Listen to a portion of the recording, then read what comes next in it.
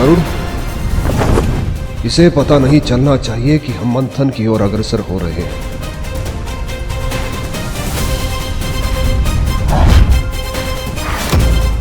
ऐसा क्यों लगा जैसे कोई था यहाँ? नहीं, कुछ अधिक ही सोच रहा हूं मैं।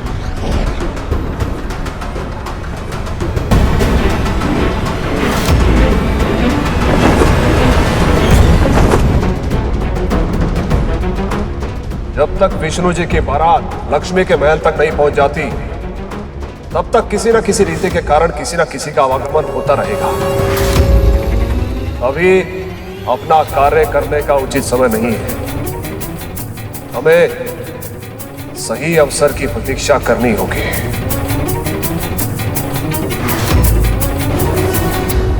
मूषक जी, शीघ्रता कीजिए, मुझे विवाह में होने वाली अटखेलियों और भोजन का आनंद उठाना है। प्रभु, आप तो बिना कारण ही इतने उत्साहित हो रहे हैं। वहाँ किसी को आपकी अनुपस्थिति का आभास भी नहीं है। नहीं मूषक जी, मेरे मामा श्री का विवाह है, ऐसे कैसे मुझे भूल सकते हैं। वहाँ सभी विधियाँ पूर्ण होती जा रही हैं, किंतु अभी तक किसी ने आपका आवाहन नहीं किया।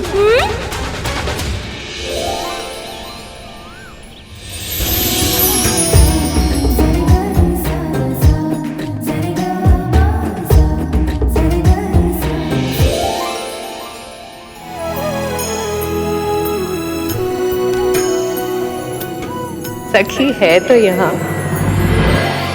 पर यहाँ होकर भी नहीं। सही कहा देवी, इनका मन तो कहीं और ही है।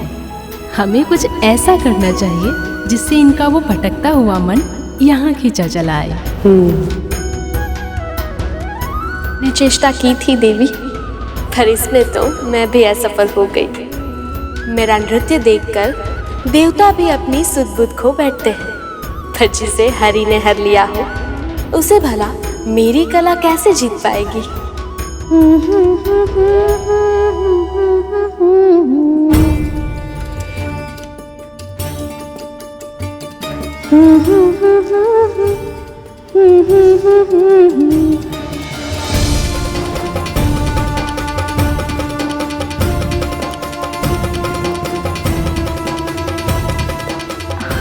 विंता, क्या हुआ? गाओ ना। मैं कैसे गाऊं? देवी, आप गंधर्व और अप्सराओं को छोड़कर इस दासी का गीत सुनेंगे?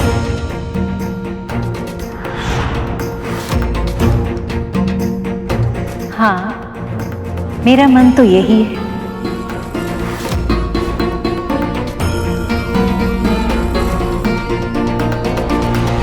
विंता, गाओ ना।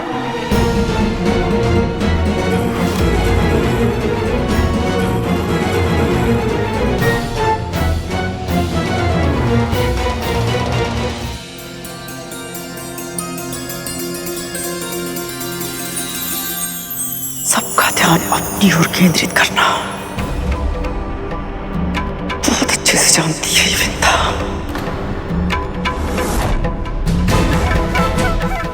मुझे सबका ध्यान अपनी ओर आकर्षित करना ही होगा।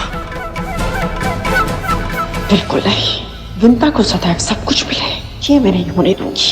कुछ भी करके मुझे सबका ध्यान अपनी ओर आकर्षित करना ही होगा।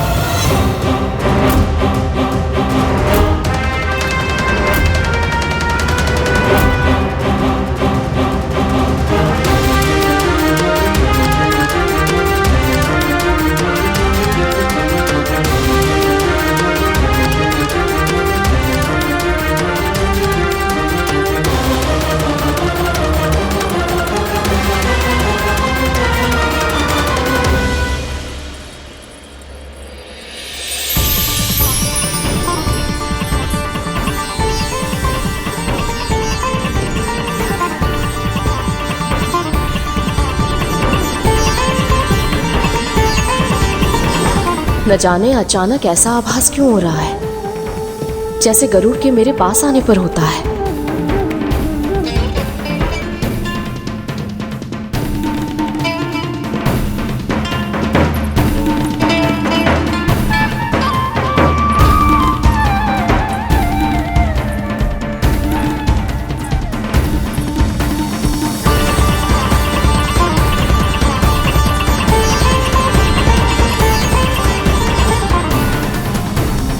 गरुड़,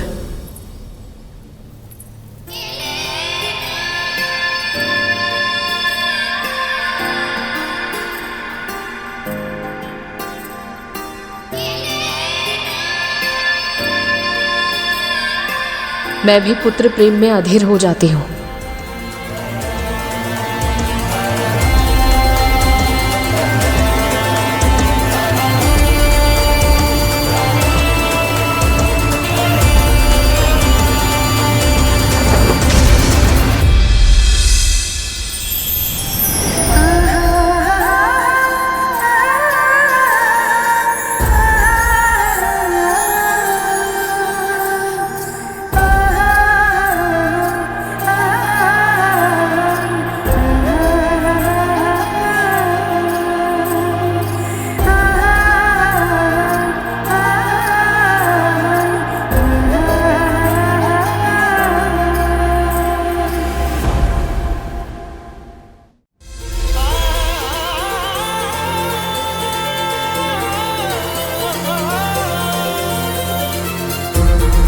धन्यवाद हरि, हमारे मिलन के उत्सव में आपने माँ पुत्र की मिलन की भी प्रसन्नता जोड़ दी।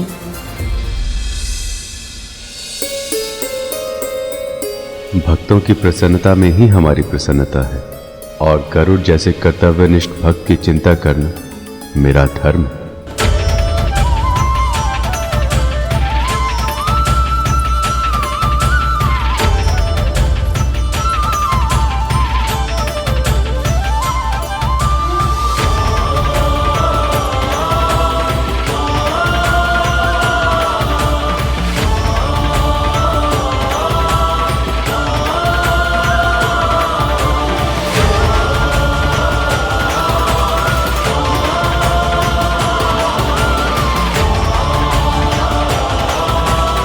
यही तो असली कारण था गरुड़ को हल्दी लेकर भेजने का।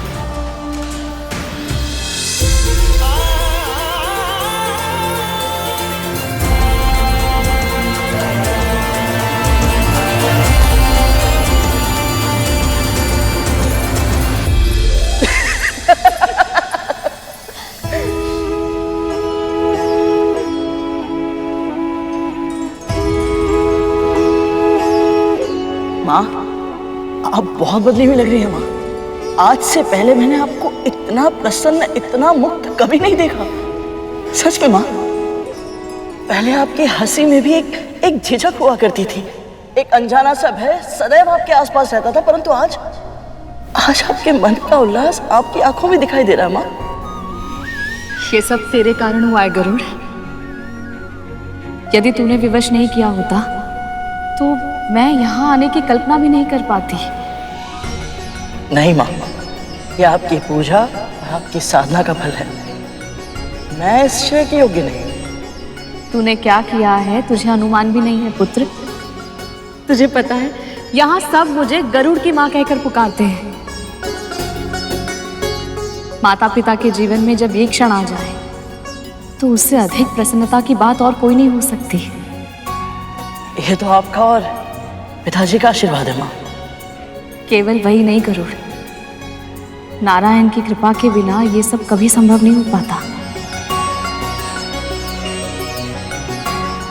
बस बस, तुम दोनों माँ पुत्र यहाँ खड़े खड़े बातें ही करते रहोगे। प्रतीक्षा कर रही हैं देवी लक्ष्मी।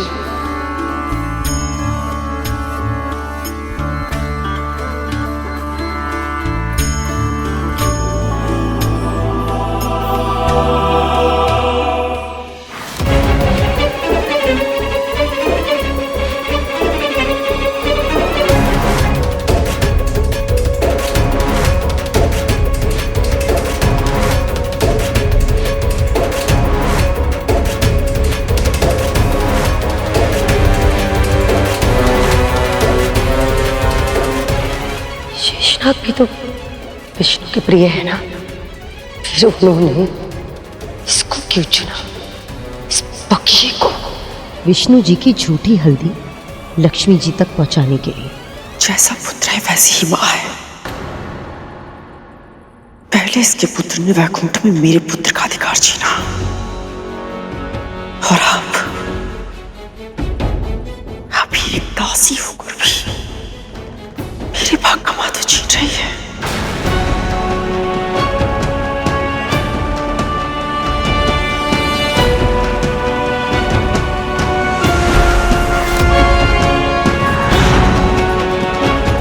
खतरू,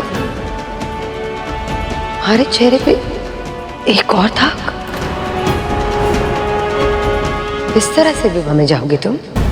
जब जब विंता के बारे में कुछ बुरा बोलती हो, ये मेरे मुख पर चुन्ने कैसे आ जाते हैं? आपके भीतर का रोग है देवी, जो बाहर प्रकट हो रहा है। कृपया अपने मन की शुद्धता पर ध्यान दीजिए। नारायण नारायण।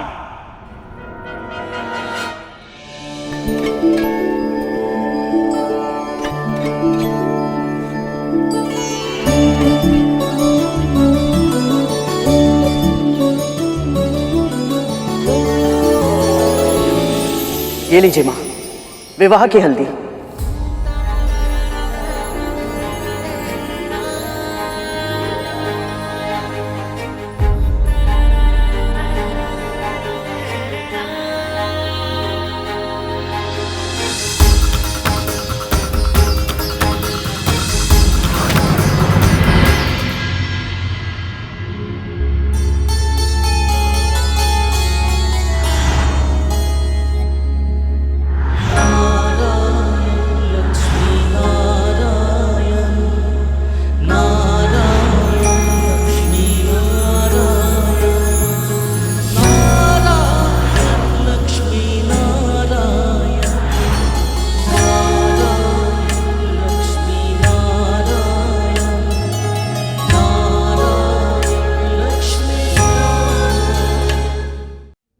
कल्पना कर रही हैं सखी कि नारायण से लगाकर कैसे लग रहे होंगे?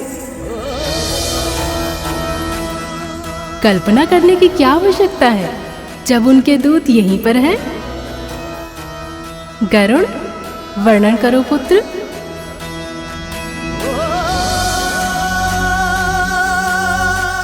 हल्दी लगने के बाद प्रभु इतने अद्भुत, इतने अनुपम लग रहे थे कि उनके इस वर रूप का वर्णन करने के लिए जिन शब्दों की आवश्यकता है वो शब्द बने ही नहीं हमारा। अर्थात इस वर अवतार में प्रभु सबसे विशेष, सबसे अद्भुत लग रहे थे।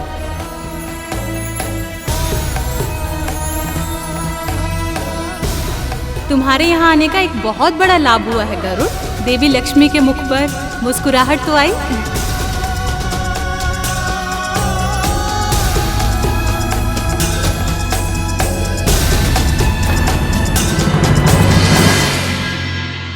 हल्दी दे दी ना गरुड़, अब जाओ।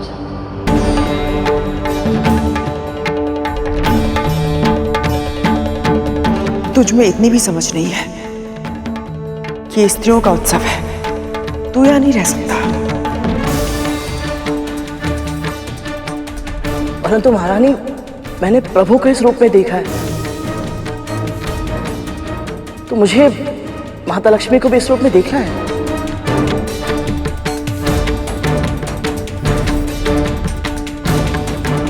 इस उत्सव के नियम तो यही कहते हैं गरुड़ कि तू यहाँ नहीं रह सकता।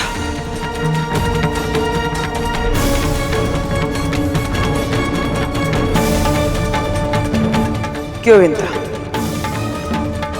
कुछ अनुचित कहा मैंने?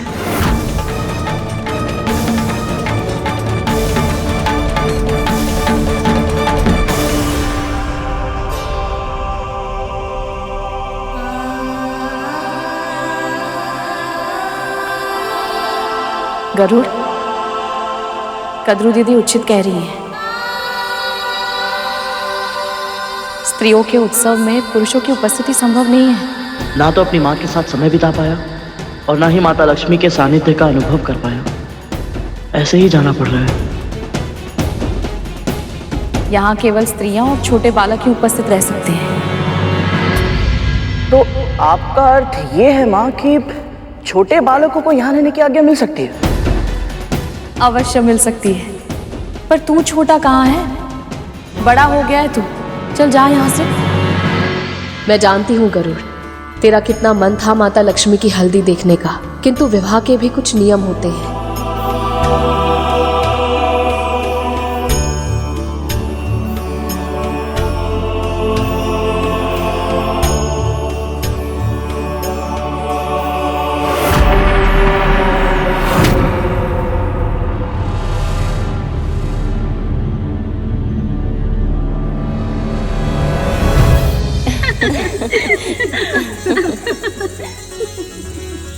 चलो, शुभ हल्दी की बेला निकली जा रही है। प्रभु विष्णु की हल्दी से अपनी सखी को सजाए। चलो फिर आज रंग ही दें देवी लक्ष्मी को उनके हरी के रंग में। चलिए आरंभ करते हैं हल्दी की रस्म।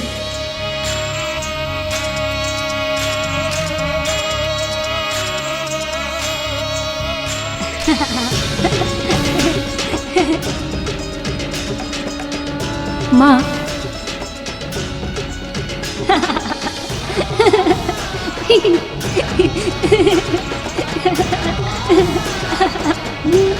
स्वर कहाँ से आ रहा है?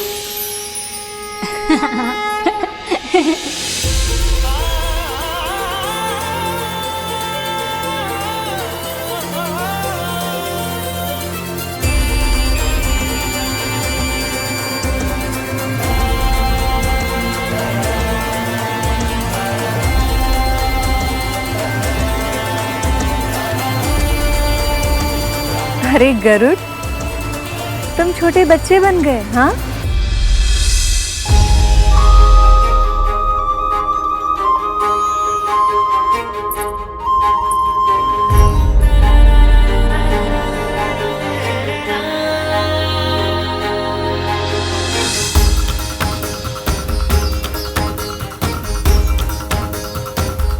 बस अब मुझे ये बताइए कि अब तो मुझे यहाँ रहने की आज्ञा मिल सकती है ना? हाँ, इतने प्यारे से भोले भाले पक्षीराज को कौन रोक सकता है भला?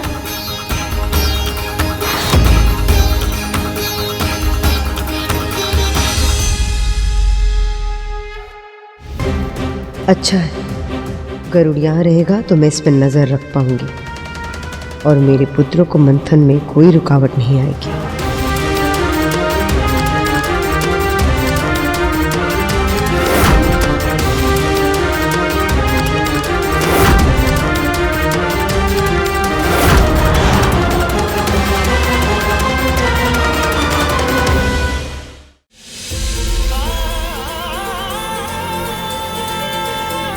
अरे गरुड़, तुम छोटे बच्चे बन गए, हाँ?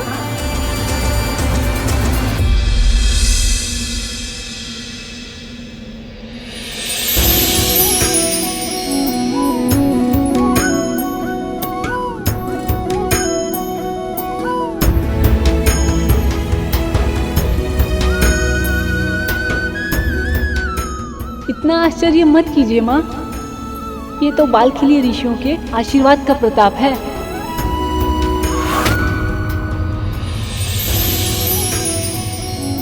बस अब मुझे ये बताइए कि अब तो मुझे यहाँ रहने की आज्ञा मिल सकती है ना?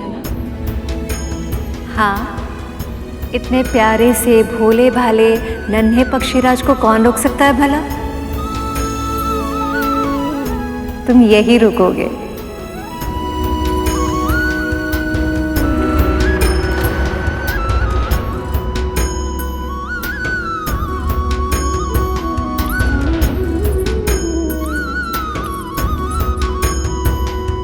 माँ, हल्दी क्यों लगाते हैं?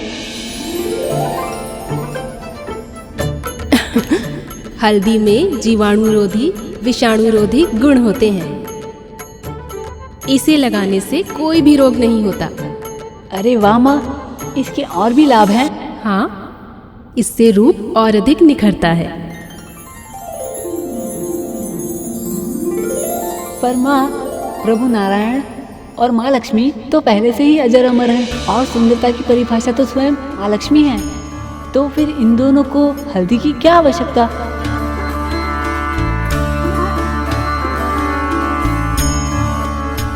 प्रश्न तो बिल्कुल सही पूछा है गरुड़ ने। हाँ देवी, बताइए ना। सत्य तो ये है कि हल्दी का गहरा संबंध मेरे पुत्र से भी है। सबसे पहले मैंने इसी हल्दी से गणेश को उसका आकार दिया था।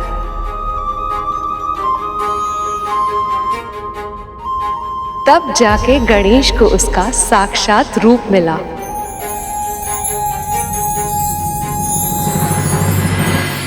गणेश तो परब्रह्मा है और ऐसे में इसी हल्दी ने उन्हें अपने साकार रूप में आने में सहायता की थी। संसार की सबसे शुद्ध, सबसे पवित्र जड़ी बूटियों में से एक है। इसके अगणित गुण हैं जो किसी भी व्यक्ति को स्वस्थ, दीर्घायु और रोग मुक्त बना सकते हैं। संसार के जनजीवन कल्याण के लिए इसका प्रचार प्रसार बहुत आवश्यक था और इसीलिए विवाह से पहले हल्दी की ये प्यारी सी रीति बना दी गई जिससे सबको लाभ हो।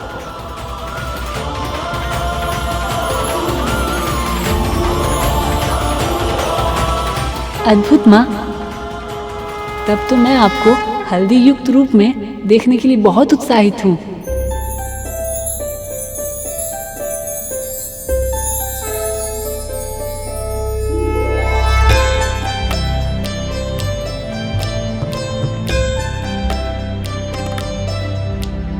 सुमनत वंदित सुंदरी माधवी चंद्र सहोदरी है ममाए, मुनि गण वंदित मोक्ष प्रदायनी मंजुल भाषिणी वेदनुते, पंकज वासिनी देव सुपूजित सद्गुण वर्षिणी। लक्ष्मी, वैसे तो आपको सुंदर दिखने के लिए किसी भी वस्तु की आवश्यकता नहीं, किंतु आपको ये सब रस्में करते देखने मेरे लिए भी सौभाग्य की बात है।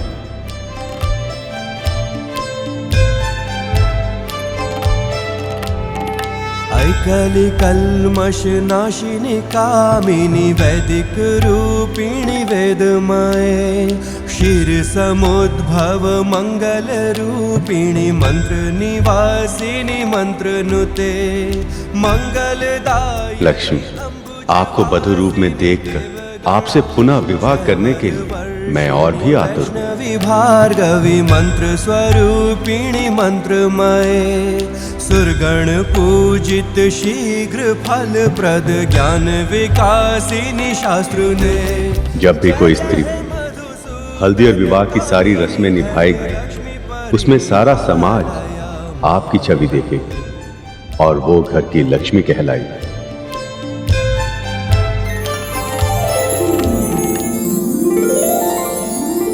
पहले मैं हल्दी लगा देती हूँ।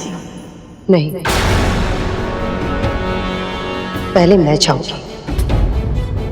और वैसे भी हमने साथ में प्रवेश किया था और मेरे पुत्र मंथन में देवताओं के साथ है तो मेरा अधिकार पहले बनता है।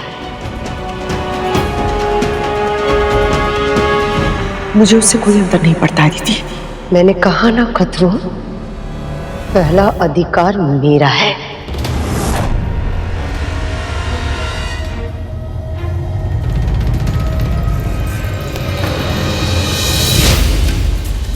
चलिए माँ, लक्ष्मी माँ को हल्दी लगाइए।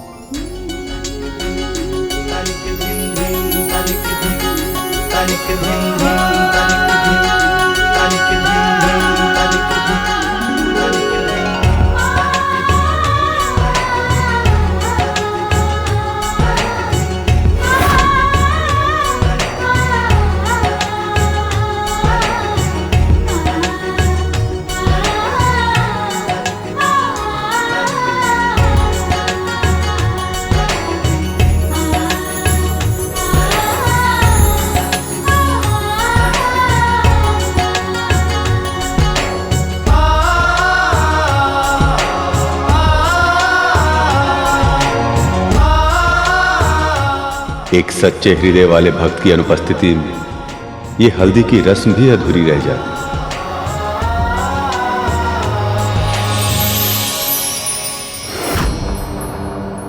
निश्चल होकर अपनी बारी की प्रतीक्षा करने के स्थान पर तूने फिर से मेरा अधिकार छीन लिया।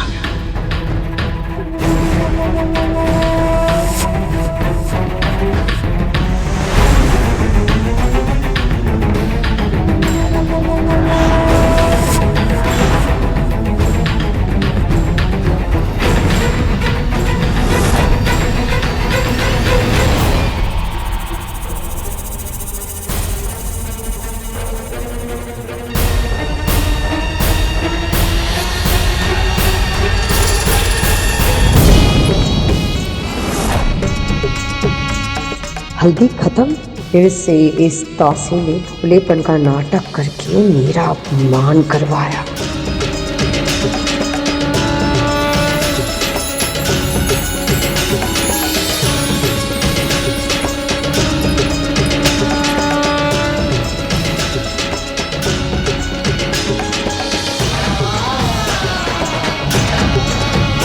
बहुत सुंदर लग रही हैं आप। आपको किसी की नजर ना लगे।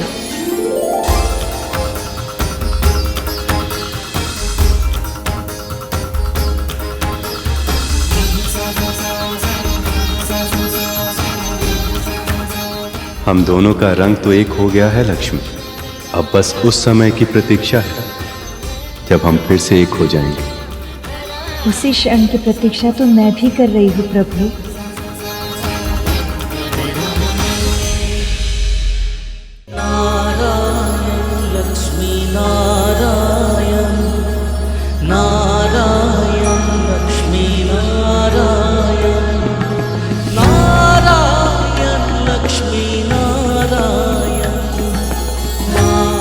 अब आपके साथ होने की प्रतीक्षा मुझसे नहीं हो पा रही।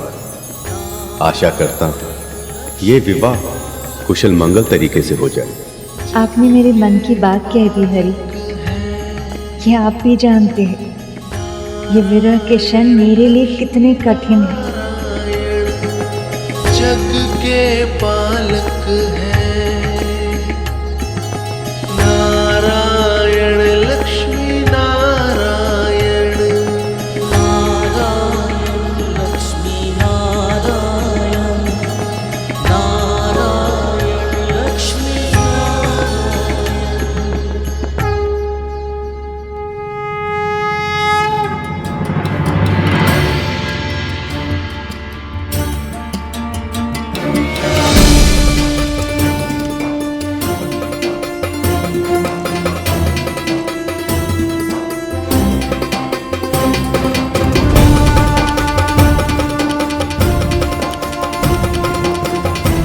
पिताजी क्या हुआ? कुछ नहीं पुत्री, सब ठीक है। विवाह की सारी तैयारियां हो चुकी है, बस अब शीघ्र ही। पिताजी बताइए ना क्या हुआ?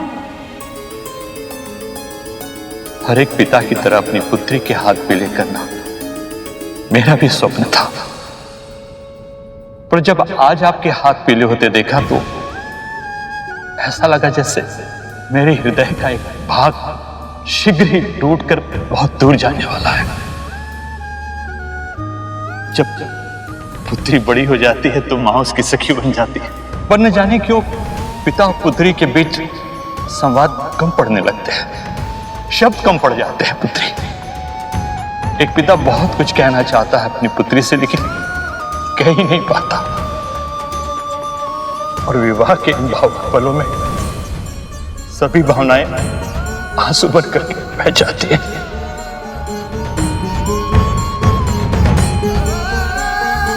पिताजी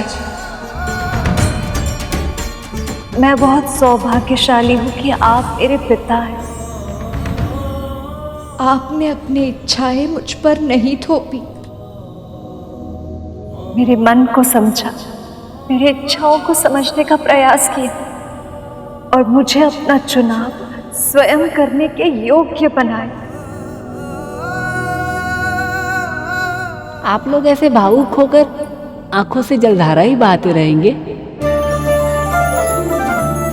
या इस बालक को कुछ खाने को भी देंगे। भूख लग रही है मुझे।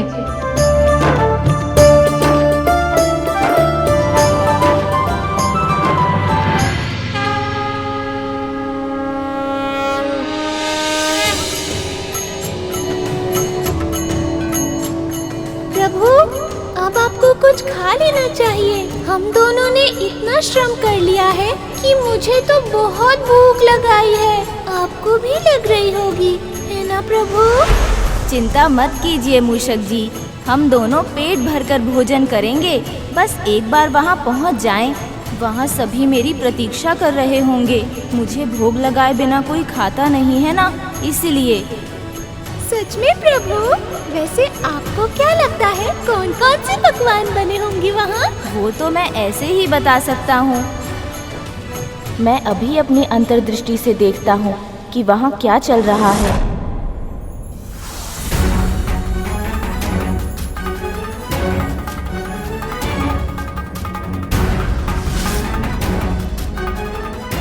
बहुत स्वादिष्ट भोजन है।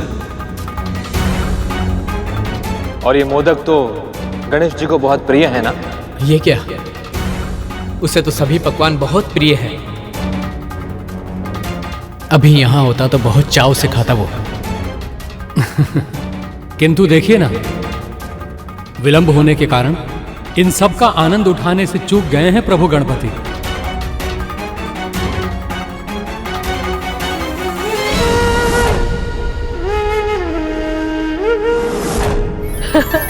ये लो पुत्र, ये मोदक मेरे पुत्र गणेश को बहुत प्रिय है। तुझे भी अच्छे लगेंगे।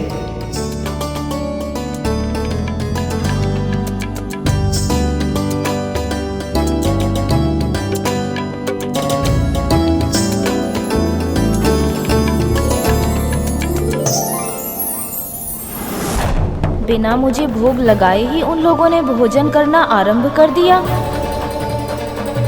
किसी को मेरा ध्यान भी नहीं आया। ये मेरा अपमान है।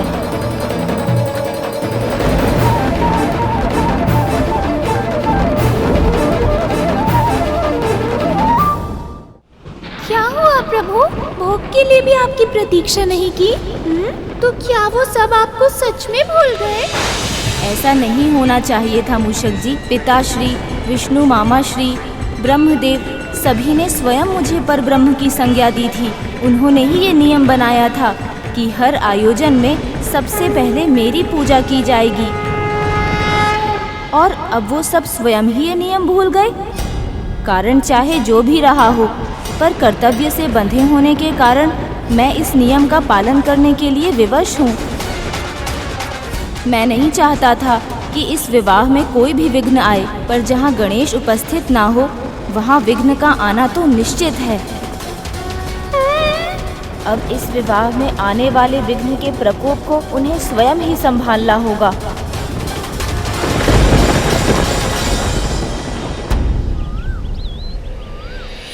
करुण, हल्दी उत्सव में रुककर तुमने बहुत अच्छा किया। हाँ गरुड़, तुम्हारे बाल रूप ने इस उत्सव का आकर्षण और भी अधिक बढ़ा दिया। मैंने कुछ नहीं किया है माँ। तो माता लक्ष्मी ने मुझे इस रूप में दर्शन देकर मुझ पर कृपा की है, परंतु अब मैं इन्हें वधु रूप में देखने की प्रतीक्षा नहीं कर पा रहा हूँ। देखा सखी, विवाह की प्रतीक्षा में जब दूत ही इतना उतावला हो रहा है तो उसके प्रभु कितने छटपटा रहे होंगे। ये कल्पना सहज ही की जा सकती है। मुझे भी उतनी ही प्रतीक्षा है जितनी मेरे हरि को है।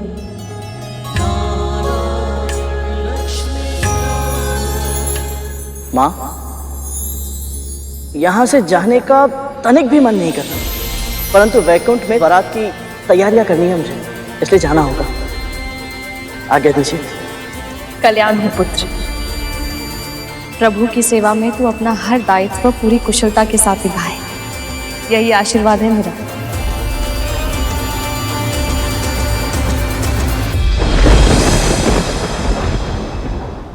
आना भी चाहिए प्रभु, विघ्न तो आना ही चाहिए। मैं तो कहता हूँ हम इसी क्षण कैलाश वापस चलते हैं। वो प्रभु विष्णु और माँ लक्ष्मी अवश्य है, पर आपके बिना उनका विवाह भी संभव नहीं है। ये बात पूरे संसार को पता चल जानी चाहिए। मैं एक विचित्र दुविधा में फंस गया हूँ मूषक जी।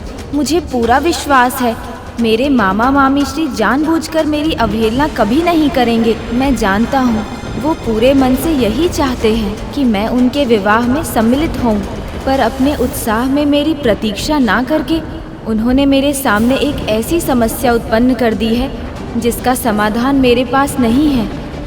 एक ओर है संसार का नियम जो कहता है कि किसी भी मंगल कार्य को पूरा करने के लिए मेरा आह्वान, मेरा सत्कार और मेरा आशीर्वाद होना आवश्यक है। इनके बिना कोई ना कोई अवरोध अवश्य उत्पन्न होगा जिसे कोई टाल नहीं सकता।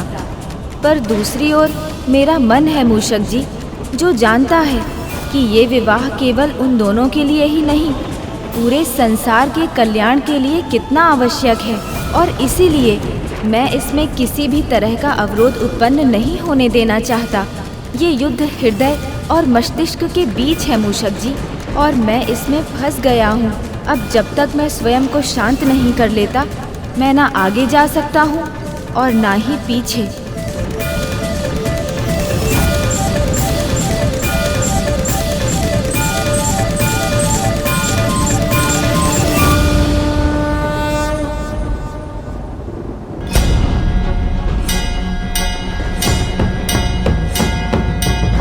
प्रभु तो स्वयं को शांत करने के लिए समाधि में बैठ गए, पर मैं अपने प्रभु का इतना घोर अपमान देखकर स्वयं को शांत कैसे करूं?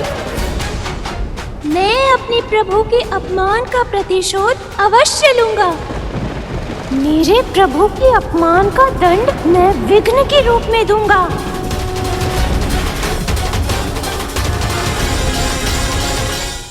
अभी मैं वैकुंठ के लिए निकलता हूँ माँ। ये लो पुत्र, सबके लिए मिठाई।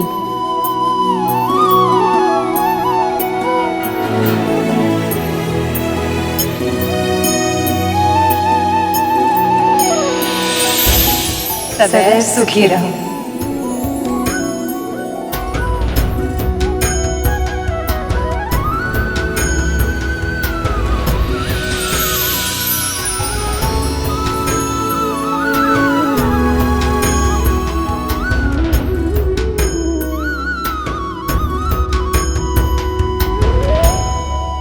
यदि विंता और उसके पुत्र को प्रभु विष्णु और माँ लक्ष्मी से ऐसे ही महत्व मिलता रहा तो वो दिन दूर नहीं जिस दिन सब भूल चुके होंगे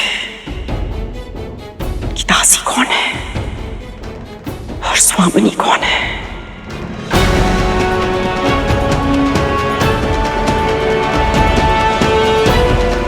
कद्रू, तुम्हारे चेहरे पे एक और दाग। ऐसा नहीं लगता कि जब भी तुम विंता और गरुड़ के बारे में कुछ गलत बोलती हो, तुम्हारे चेहरे पे धब्बा आ जाता है। ये आपके भीतर का रोग है देवी, जो बाहर प्रकट हो रहा है। कृपया अपने मन की शुद्धता पर ध्यान दीजिए। इसका अर्थ है देवर्षि नारद सत्य कह रहे थे। इन दोनों के कारण मेरी चिंता बढ़ती जा रही है और मेरी सुंदरता बिगड़ती जा रही है। पर कब तक षड्यंत्र करेगी है? बस एक बार मेरे पुत्रों को अमृत मिल जाए, फिर सदैव के लिए मेरी चिंता समाप्त हो जाएगी। अमृत पाने की तुम्हारी इच्छा ही रह जाएगी कद्रू, क्योंकि जब तक विवाह संपन्न होगा मेरे पुत्र सारा अमृत चुरा चुके होंगे।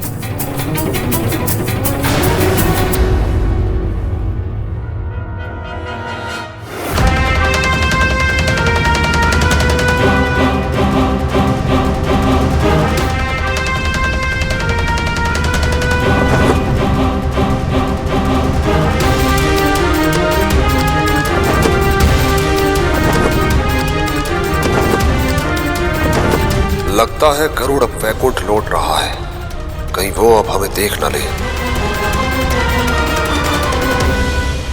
गया गरुड़ वापस।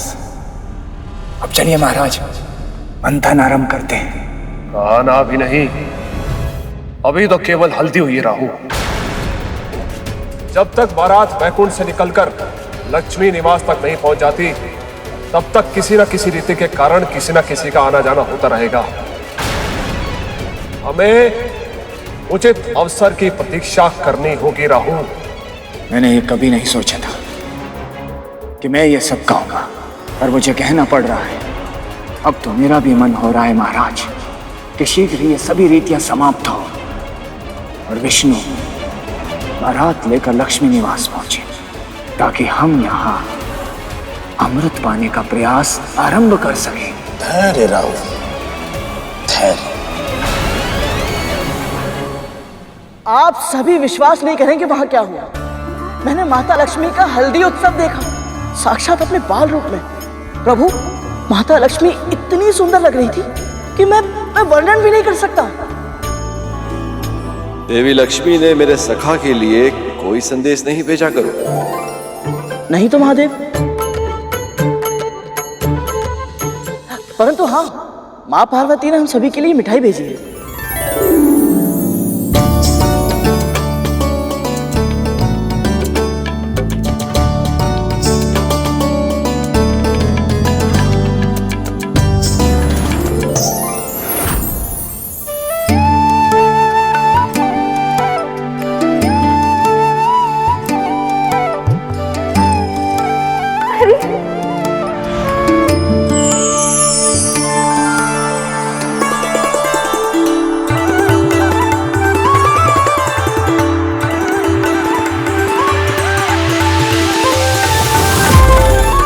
क्या हुआ प्रभु? सब जानकर भी अनभिज्ञ बन रही हैं देवी। ऐसा नहीं है प्रभु, मैं आपकी भावनाएं समझ सकती हूँ, पर क्या देवी? मैं आपको साक्षात देखना चाहता हूं, आपसे भेंट करना चाहता हूं। प्रभु, आप तो अधैर्य हो गए। और आप नहीं हो रहे। सत्य कहिए देवी, क्या आपका मन नहीं करता कि आप प्रत्यक्ष रूप में मुझे देखें? मेरे मन में उठती भावना तरंगों का अपने हृदय सागर में अनुभव कर, विरह के वर्षों का कष्ट साझा कर, भविष्य सुख की आशा का संबल दे। कहिए लक्ष्मी, क्या आप नहीं चाहते कि हम दोनों आमने सामने हों और कुछ क्षण एक दूसरे से बातें करें?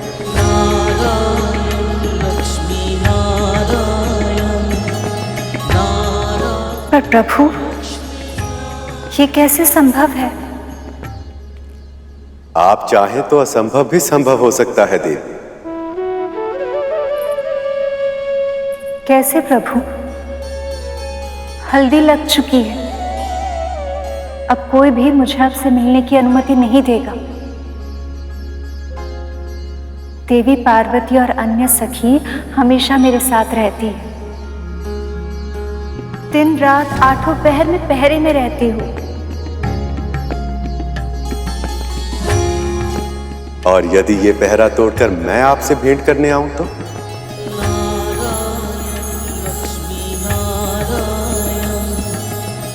पहले पहरा तोड़ कर तो दिखाइए।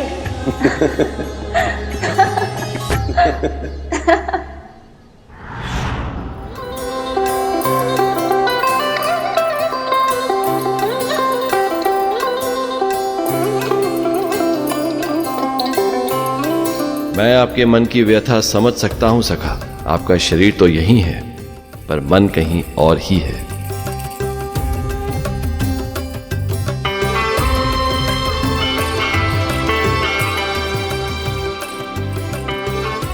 मैं समझ रही हूँ सखी, तुम्हारा मन भैया विष्णु के पास ही है, किंतु आप चिंता ना करें, शीघ्र ही भैया बारात लेकर आएंगे और आपसे विवाह करके ले जाएंगे। फिर जी भर के निहारते रहिएगा उन्हें।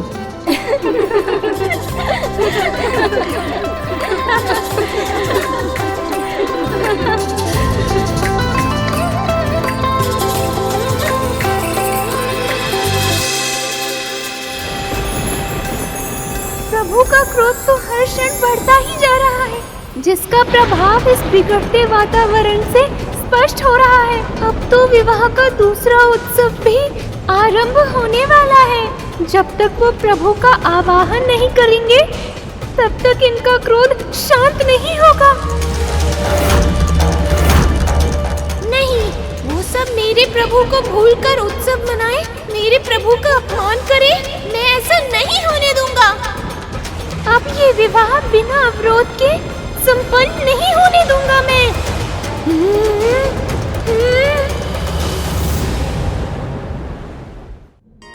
लक्ष्मी ने चुनौती दी है मुझे कि यदि मैं पहरा तोड़कर उनसे भेंट कर पाऊं तो करके दिखाऊं। आपने चुनौती नहीं, अनुमति दी है उन्हें। सत्य तो ये है सखी कि आपकी ना में भी हाँ ही छुपी है।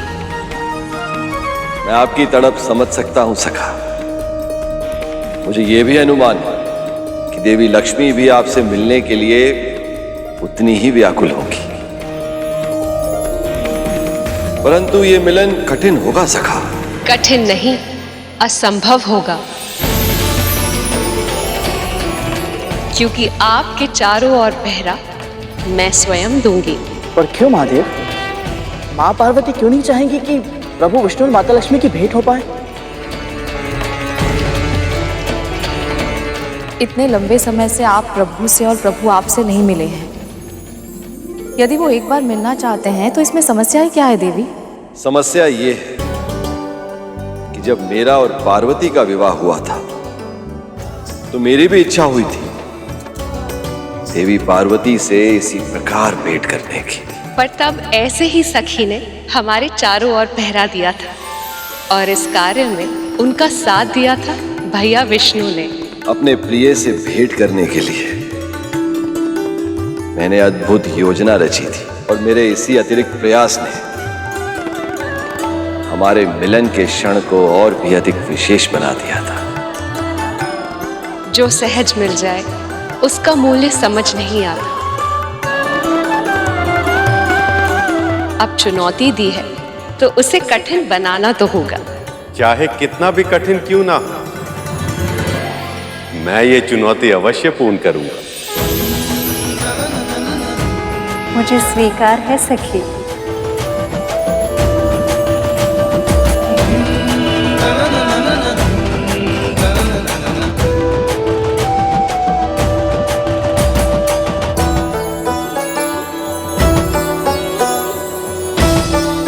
मुझे कोई चिंता नहीं है प्रभु, क्योंकि मुझे पूर्ण विश्वास है आप जो ठान ले उसे पूरा होना ही है।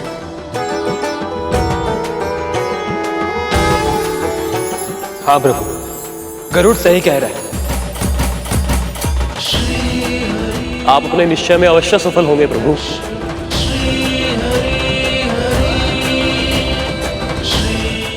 स्वयं देवी लक्ष्मी ने चुनौती दी है और पार्वती जी पहरा दे रही हैं। ऐसे में कैसे पूरी हो पाएगी ये चुनौती?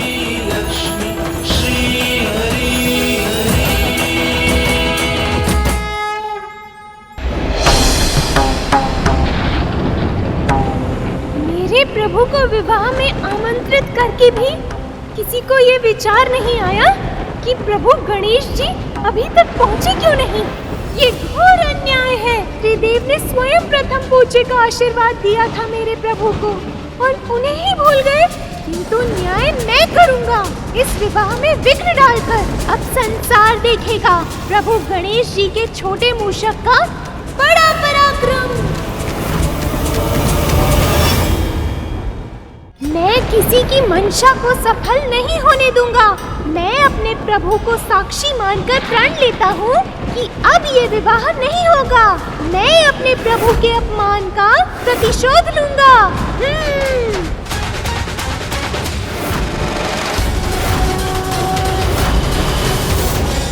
प्रभु विष्णु के विवाह के दूसरे उत्सव की सबको बहुत बहुत बधाई। नारायण नारायण। अरे वाह, आलते का रंग तो बड़ा गहरा प्रतीत हो रहा है। सही कहा आपने अग्निदेव, रंग बिल्कुल प्रभु नारायण और माता लक्ष्मी के प्रेम जितना गहरा है।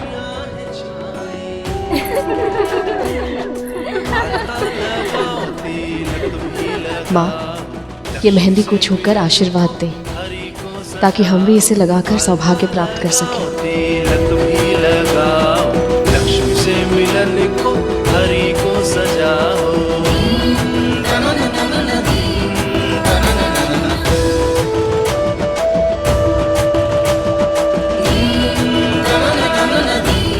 वैसे माता लक्ष्मी की मेहंदी तो रंग लाएगी ही, प्रभु विष्णु इनसे इतना प्रेम जो करते हैं।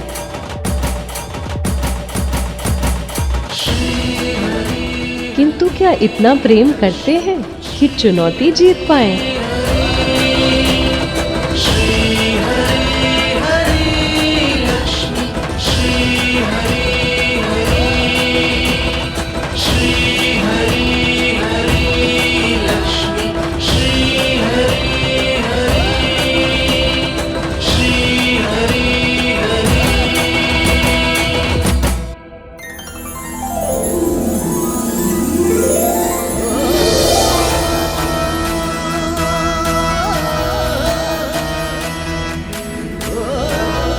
ये हुई ना बात। अब विंता ने किया दासू वाला कार्य। क्यों कद्रू? अब तो प्रश्न होना था।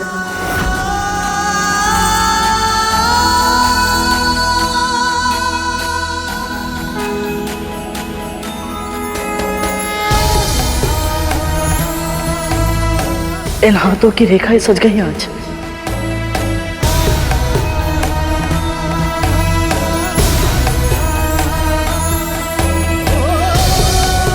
माँ लक्ष्मी की छुई मेहंदी मुझे लग गई। सारा जीवन ही शुभ हो गया आज।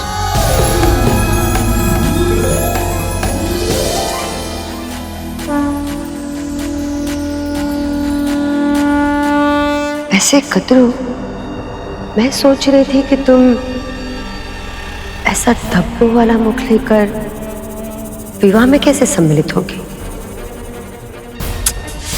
अच्छा नहीं लगेगा ना।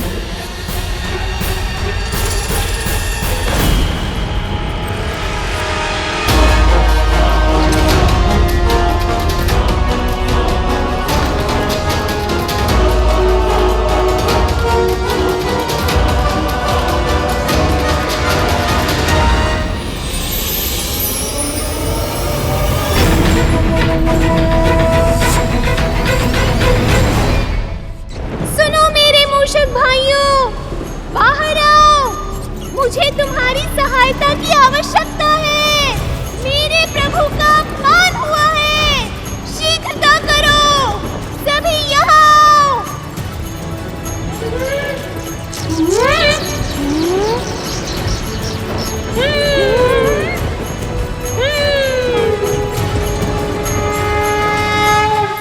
पुत्री, विवाह का जोड़ा पहनने से पहले आपको सभी शुभ वस्तुओं के साथ मंदिर जाकर देवी माँ की पूजा करनी चाहिए।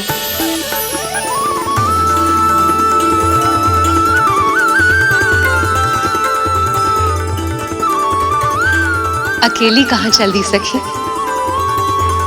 हम भी आपके साथ चलें।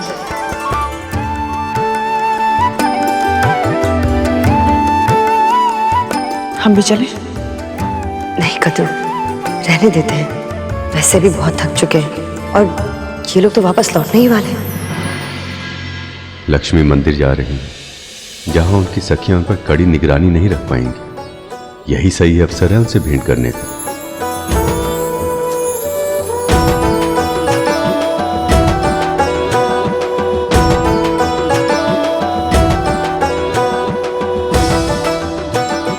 माँ लक्ष्मी, अब तो आप ही कोई मार्ग सजाइए।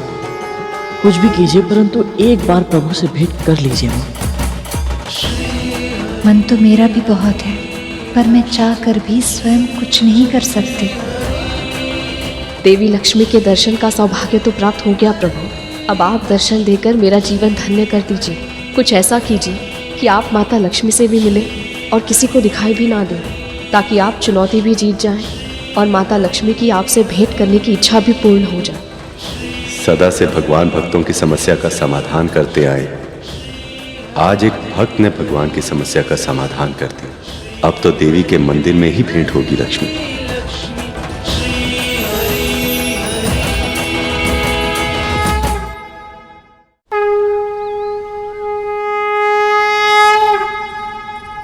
नमो नमो महाशक्ति मां, खड्गधारिणी धर्मधारिणी, हम सबकी विनती सुनो मां। नमो नमो परशक्ति। देवी ललिता, मेरा प्रणाम स्वीकार करें। नमो नमो परशक्ति मां, नमो नमो परशक्ति मां। हे माँ ललिता, माता लक्ष्मी के इस शगुन के जोड़े पर विशेष आशीर्वाद दें। माँ, ऐसी कृपा करना कि मुझे उनके दर्शन भी हो जाए और वे चुनौती भी जीत जाए।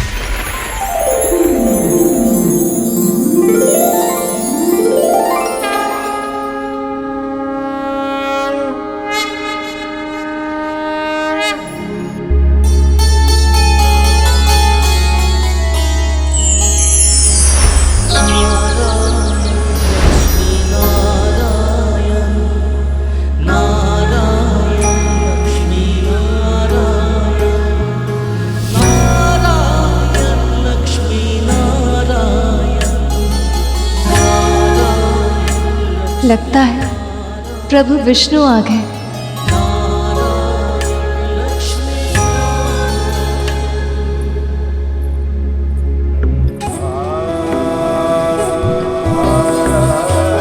प्रभु, प्रभु,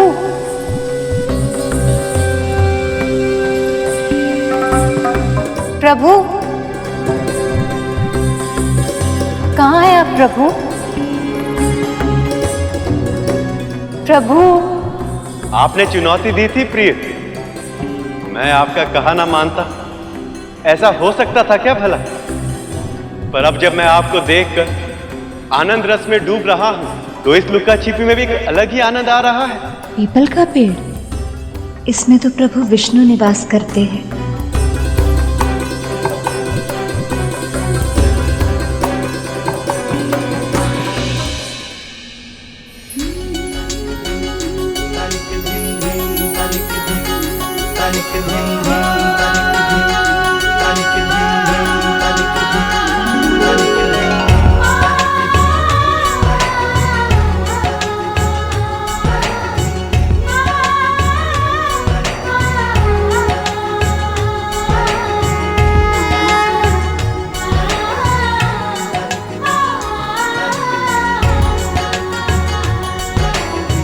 मुझे पता था प्रभु, आप अवश्य आएंगे।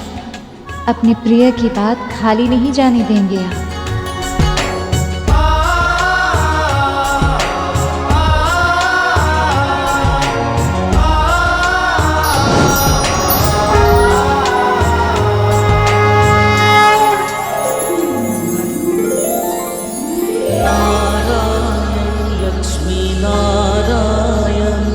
सत्य प्रभु, इस प्रत्यक्ष भेंट में आपको अपने सामने देखकर मुझे अनुभव हो रहा है कि आपको दृष्टि भर कर देखने के लिए मेरा मन कितना व्याकुल था।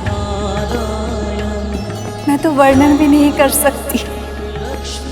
आपके दर्शन पाकर मेरा हृदय हर्ष से भर गया।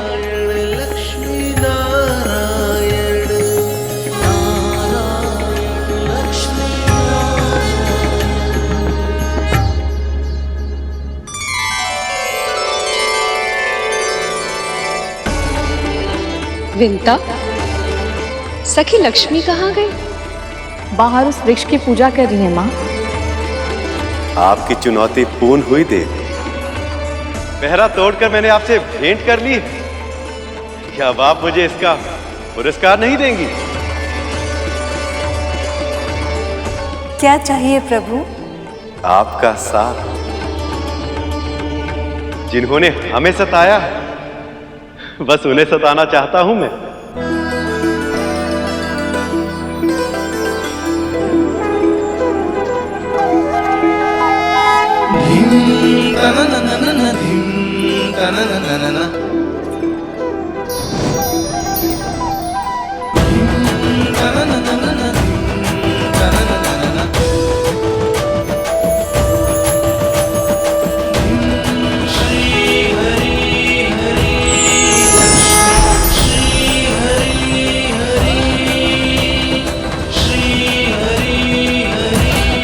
विंता, सखी तो तुमने कहा यहीं पर थी, यहाँ पर तो नहीं दिख रही। अभी तो यही थी।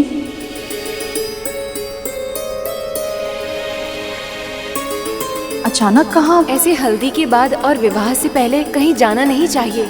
मैंने स्वयं देखा था, माँ उस वृक्ष की पूजा कर रही थी।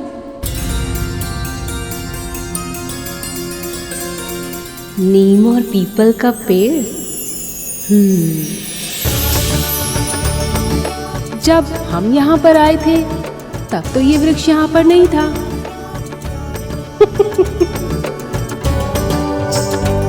क्या हुआ माँ? विष्णु भैया, मैं अपनी पराजय स्वीकार करती हूँ।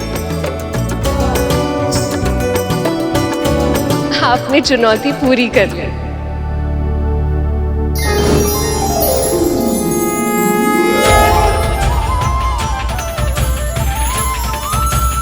प्रभु विष्णु स्वयं मेरे समक्ष।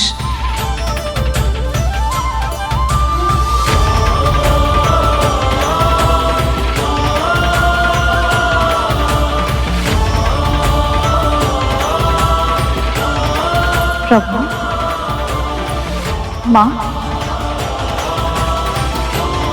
ये कैसे?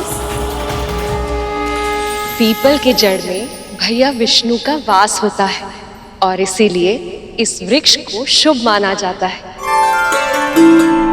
सदैव प्राणदायक वायु उत्सर्जन करता है ये वृक्ष। इसके पत्तों से कई रोग मुक्त हो जाते हैं और नीम के वृक्ष में सखी लक्ष्मी का निवास स्थल है।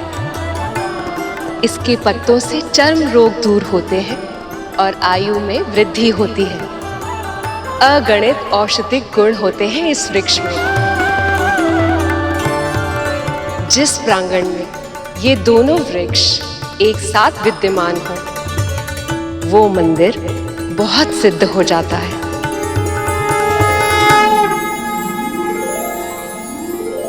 माँ, प्रभु, मुझे आपके संयुक्त वृक्ष रूप के दर्शन करने का सौभाग्य मिला।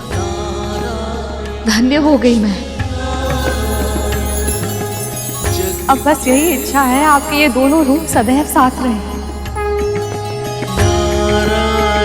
लक्ष्मी नारायण जग के पालक हैं। नारायण अब भेंट करनी हो तो शीघ्र ही बारात लेकर आइए।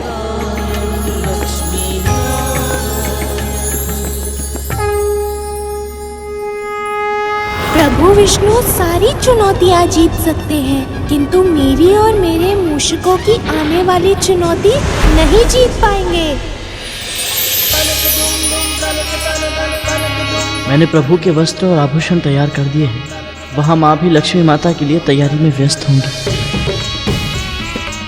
सोचा नहीं था इस जीवन में मुझे प्रभु विष्णु और माता लक्ष्मी के दर्शन होंगे। गरुड़ के कारण मेरा पूरा जीवन सफल हो गया।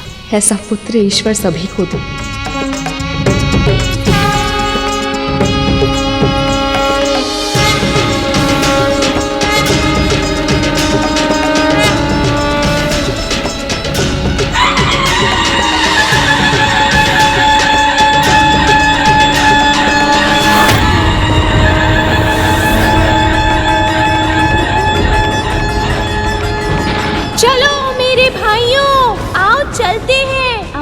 प्रभु के अपमान का प्रतिशोध लेने।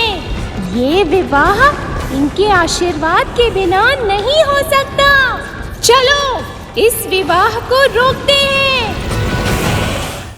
प्रभु विष्णु और माँ लक्ष्मी ने अपने विवाह में निमंत्रण अवश्य दिया, पर मेरे प्रभु के पहुँचने की प्रतीक्षा नहीं की। उन्होंने ने दीप अवश्य जलाया, पर मेरे प्रभु का आवाहन नहीं किया। पर हम अपने भगवान का ये अनादर सहन नहीं करेंगे। बारात ले जाने की शीघ्रता में वो सब मेरे प्रभु को भूल गए। पर जब मार्ग ही नहीं बचेगा तो बारात कैसे पहुंचेगी? हम बारात का मार्ग खोखला कर देंगे।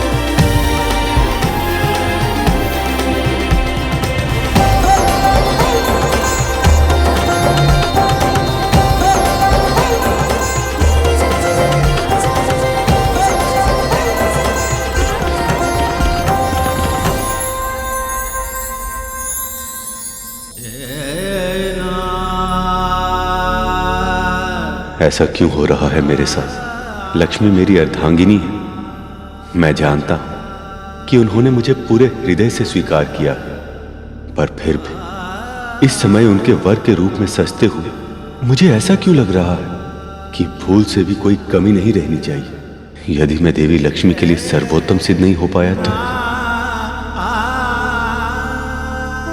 स्वामी ने मुझे अपने हृदय में स्थान दिया है। मुझे एक बार देख पाने के लिए कितने यत्न किए हैं इन्होंने, पर अब जब हमारे मिलन का क्षण निकट है, मेरा हृदय इतनी तीव्र गति से क्यों धड़क रहा है? अनंत काल से हम दोनों एक दूसरे के साथ हैं, तो फिर मेरा मन इतना व्यग्र क्यों है, जैसे वो मुझे पहली बार देखने आ रहे हैं। यदि मैं उनके लिए सर्वोत्तम सिद्ध नहीं हो पाई तो? चलिए प्रभु, रथ तैयार है।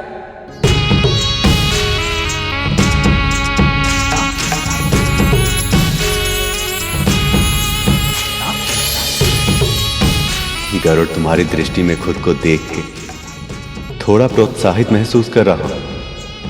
प्रभु की बारात निकलने का समय आ गया है। आपके मिलन का क्षण आ पहुंचा है।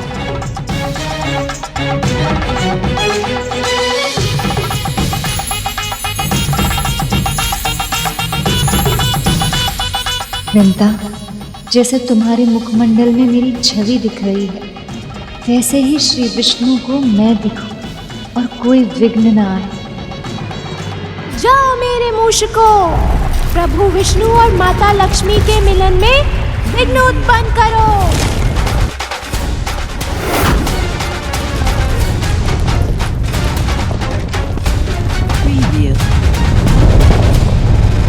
विघ्न आएगा तभी पता चलेगा कि विघ्नहर्ता के अपमान का परिणाम क्या होता है।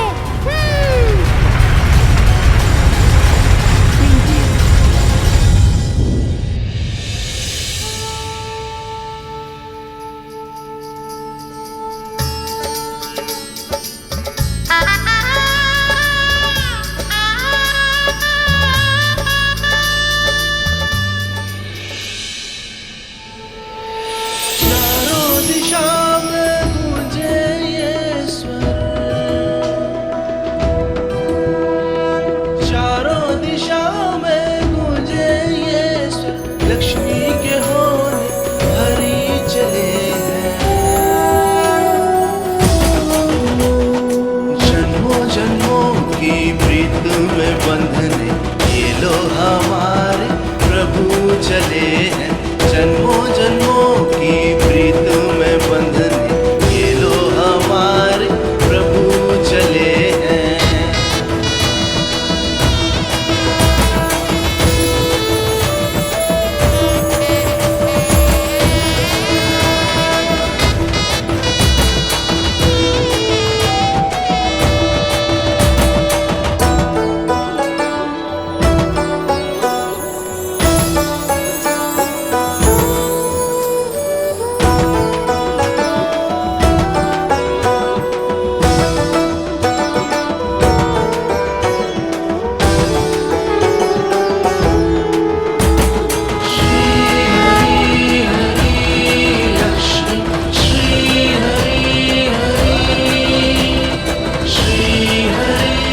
सृष्टि के संचालक कृपा निधान परम प्रभु श्री विष्णु की, भक्त वत्सल्य भोले भंडारी नीलकंठ महादेव शिव शंकर की, परम प्रभु श्री विष्णु की, भक्त वत्सल्य भोले भंडारी नीलकंठ महादेव शिव शंकर की, शिव शंकर की, शिव शंकर की।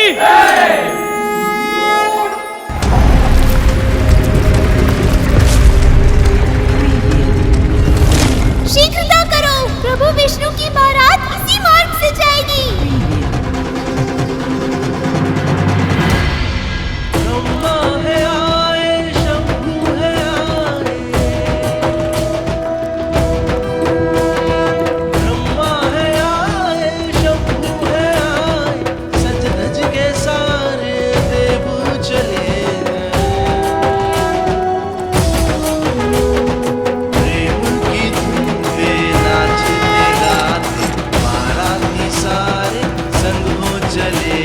अब शीघ्र ही मैं अपनी प्राण प्रिय अपनी अर्धांगिनी देवी लक्ष्मी को उनके वैकुंठ लेकर आऊंगा। शीघ्र आ जाइए प्रभु, इस पल के लिए मैंने बहुत प्रतीक्षा की।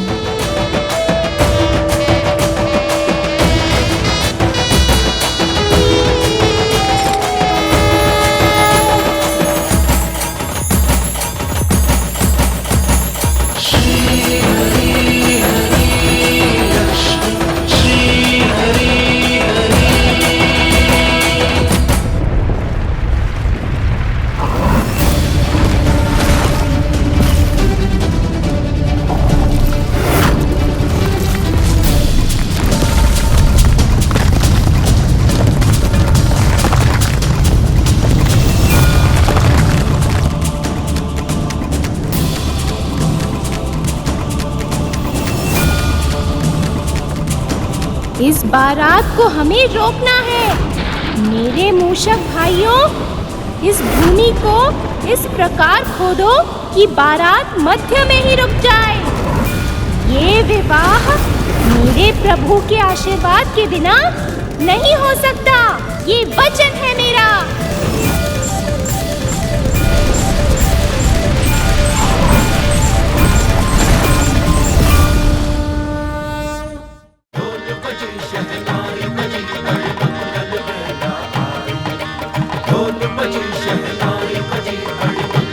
जाओ मेरे मूषको, विघ्न आएगा तभी पता चलेगा कि विघ्नहर्ता के अपमान का परिणाम क्या होता है।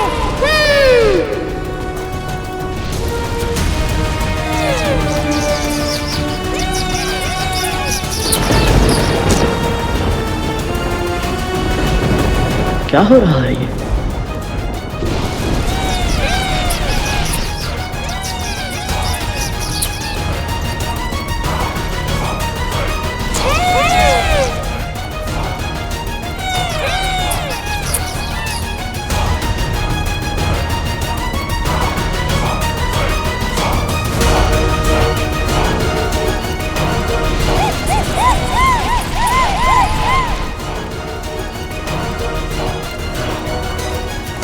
अब शीघ्र ही मेरे मूषक बारात का मार्ग खोखला कर देंगे और बारात फंसी रह जाएगी।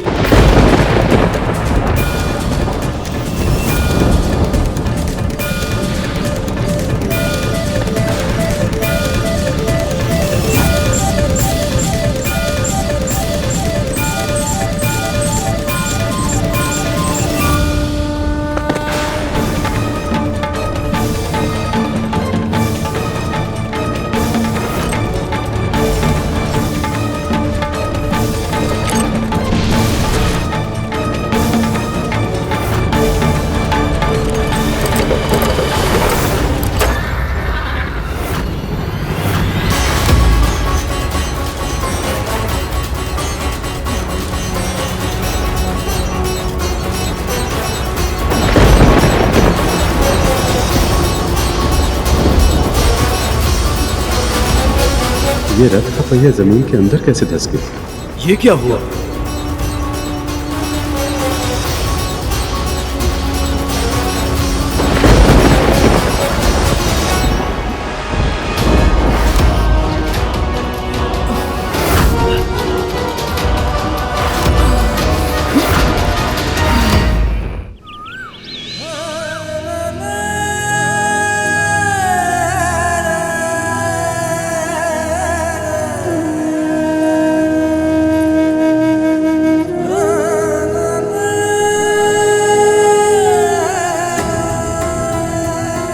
अभी तक बारात आई क्यों नहीं?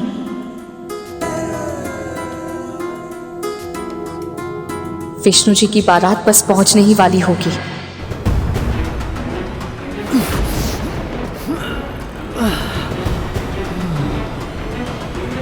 वायुदेव, अग्निदेव, अवश्य देवराज।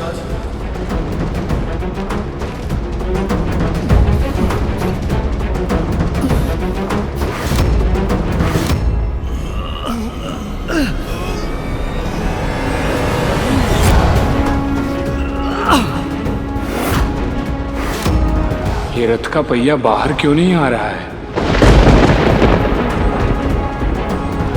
प्रयास करना व्यर्थ है देवराज। भूमि पूरी तरह से खोखली हो चुकी है।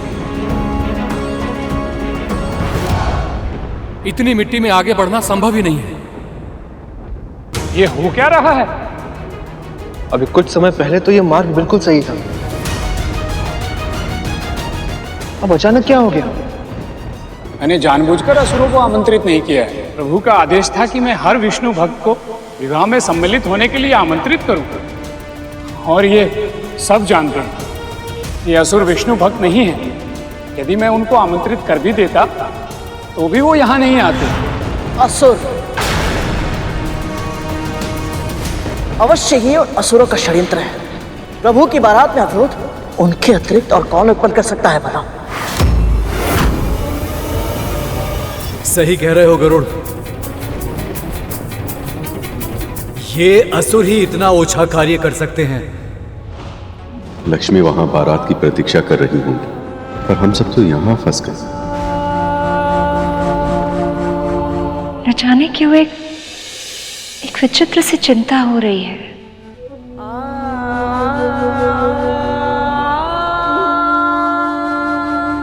प्रेम, ये भावना ही बहुत विचित्र है देवी।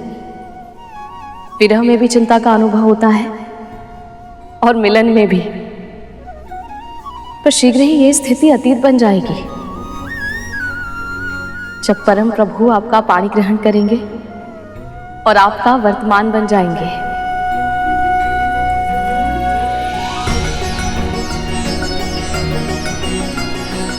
पर इस समय आपकी चिंता दूर करने का एक उपाय है मेरे पास। गहरी सांस लीजिए। हाँ देवी,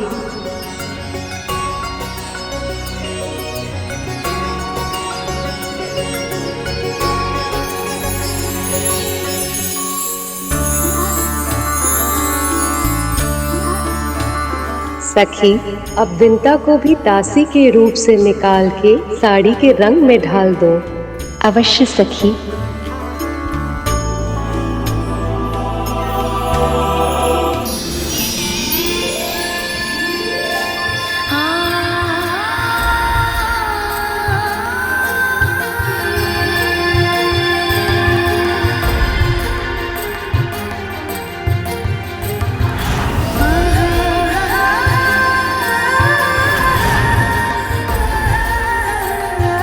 दास्ता का जीवन व्यतीत करते हुए मैं भूल ही गई कि मैं कभी रानी भी थी।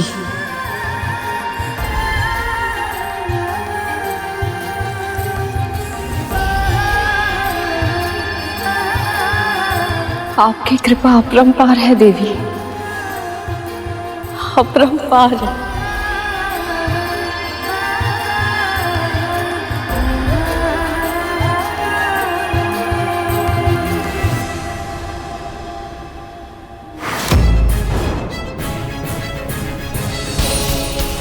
अभी तक इसे मुझसे अधिक आदर और सम्मान तो मिल ही रहा था। अब इसे एक रानी के वस्त्र और आभूषण भी दे दिए। इस दासी को बार बार मुझसे अधिक महत्व क्यों मिल रहा था?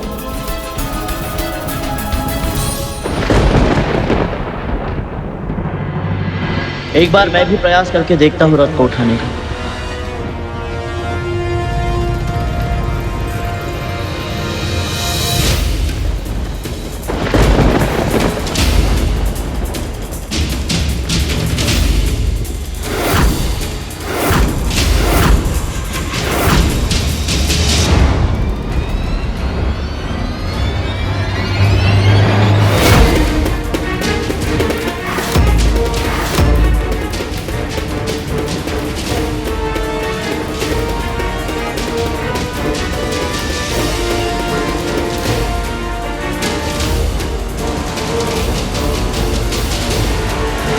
रुक जाइए।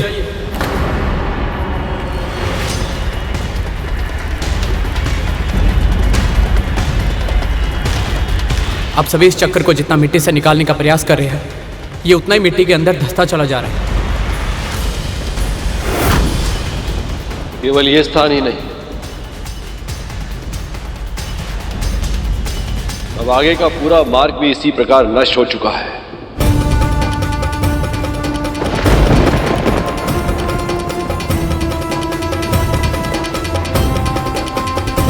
अब बारात और सखा के रथ को इस मार्ग से ले जाना असंभव है।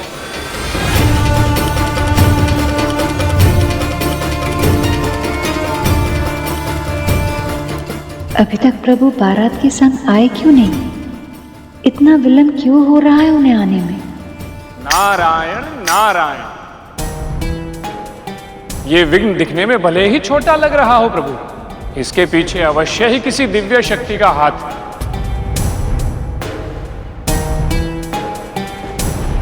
अन्यथा ये संभव ही नहीं है कि समस्त सृष्टि का संचालन करने वाले प्रभु विष्णु का रथ रुक जाए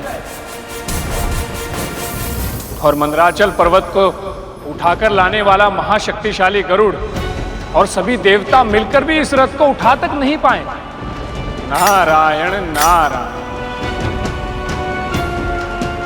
गणेश के होते हुए ये विघ्न कैसे आ गया? जब विघ्न आया तो मेरे प्रभु की याद आ गई। अभी तक मेरे प्रभु का विस्मरण हो गया था। अब इस विघ्न का निवारण कोई नहीं कर सकता।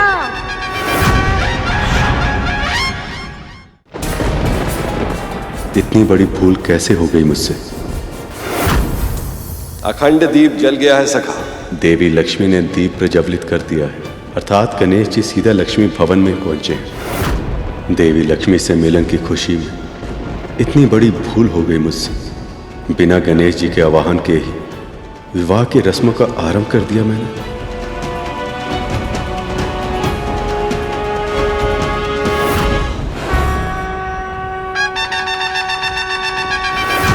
मूषक जी, ये क्या किया आपने? मैं ध्यान में इसलिए बैठा था कि इस समस्या का कोई निवारण कर सकूं, इसीलिए नहीं कि आप मेरे मामा श्री के विवाह में विघ्न उत्पन्न करें। ये आपने ठीक नहीं किया मूषक जी। प्रभु, जैसे भक्त को कष्ट से तड़पते हुए भगवान नहीं देख सकते, वैसे ही यदि कोई भगवान का अनादर करे तो एक भक्त ये चुपचाप कैसे देख सकता है? प्रभु, हमने वही किया है जो आवश्यक था। अब उन सबको समझ आएगा कि आपकी प्रतीक्षा ना करके उन लोगों ने कितनी बड़ी भूल की है। आप चाहे तो दंड दे दीजिए प्रभु, हम सभी शीश झुकाकर आपकी हर इच्छा का पालन करेंगे। इस विघ्न का क्या अर्थ हो सकता है देवराज? ये तो मैं नहीं जानता अग्निदेव, बस इतना जानता हूँ कि यदि ये मुहूर्त निकल गया तो इस विवाह में कहीं कोई और अड़चन ना आ जाए। इन असुरों पर विश्वास नहीं करना चाहिए था, वो इसके योग्य ही नहीं है। जब तक ये किसी शुभ कार्य में रुकावट नहीं डाल देते इन्हें प्रसन्नता नहीं मिलती। इस बार अपराध असुरों का नहीं, हमने किया है।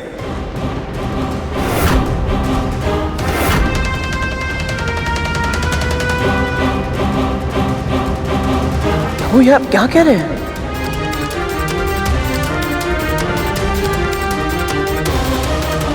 इस विवाह में विघ्न हर्ता ही नहीं पहुंचे तो विघ्न तो पहुंचना ही था। भूल हमारी, हमने उन्हें निमंत्रण तो भेजा पर उनके यहां शीघ्र आने का प्रबंध नहीं किया।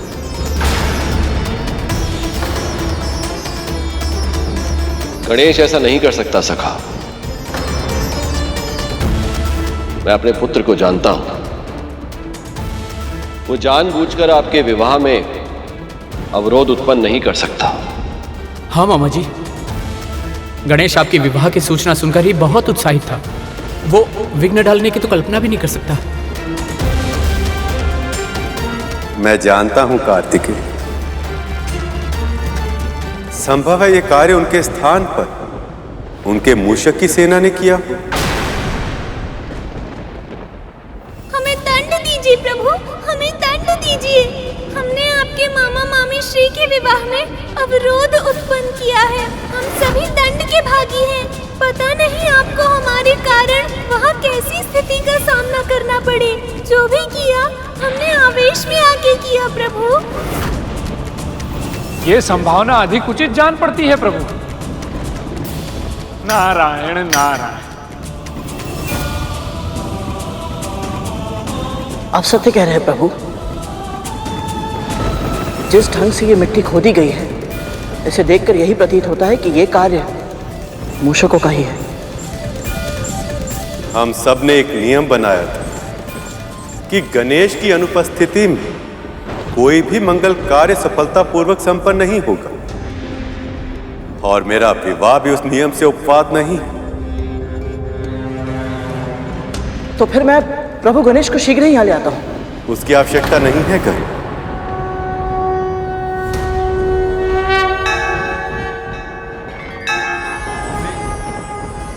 हमसे बहुत बड़ी भूल हो गई गणेश जी, हमें क्षमा कर दीजिए। कृपया हमारा आवाहन स्वीकार कर इस विवाह में शामिल होकर सारे विघ्न दूर करें।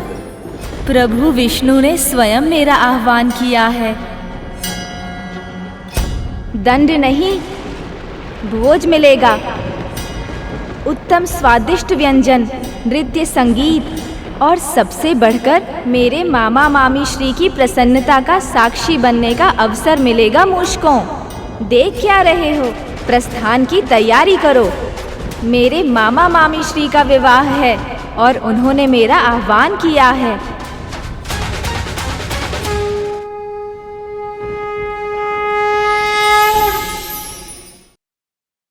गणेश,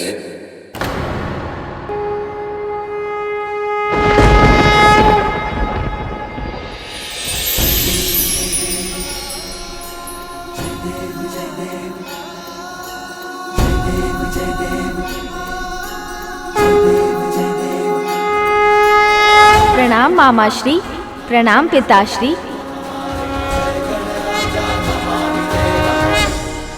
हम सब ने ही नियम बनाया और हमने ही उसका उल्लंघन कर दिया।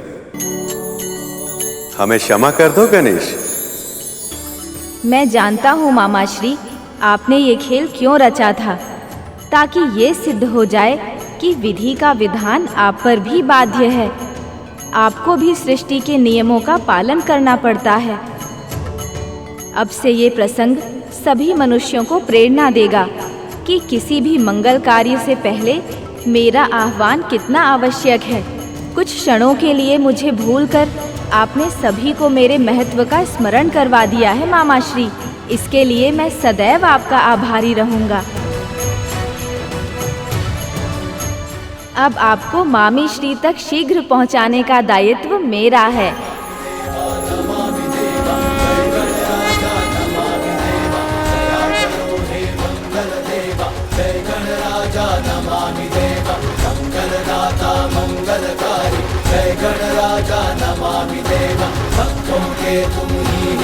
विघ्नहर्ता प्रभु श्री गणेश की जय।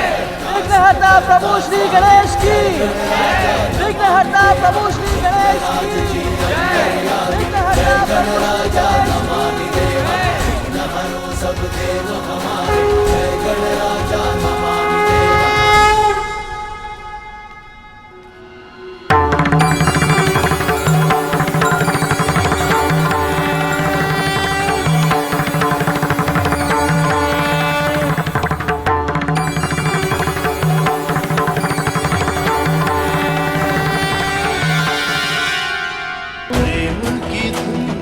नाचते गाते बाराती सारे संग हो चले हैं। प्रेम की धुन पे नाचते गाते बाराती सारे। अब देवी लक्ष्मी और मेरे मिलन में कोई विघ्न नहीं आएगा।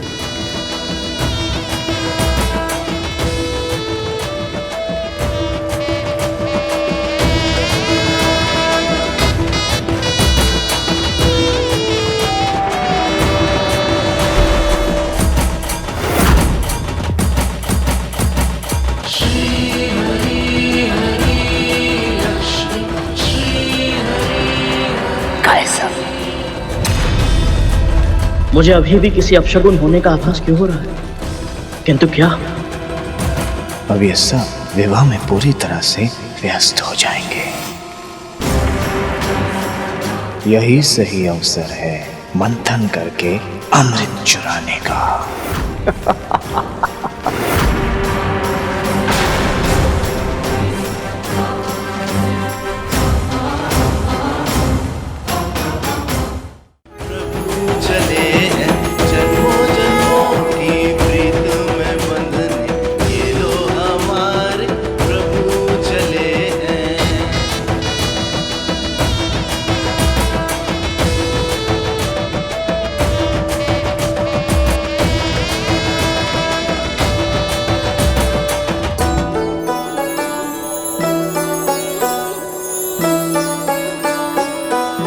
अरे अरे, बारात आ गई।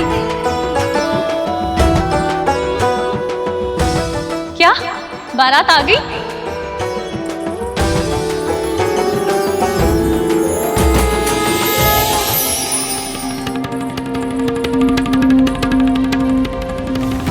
बारात आ गई।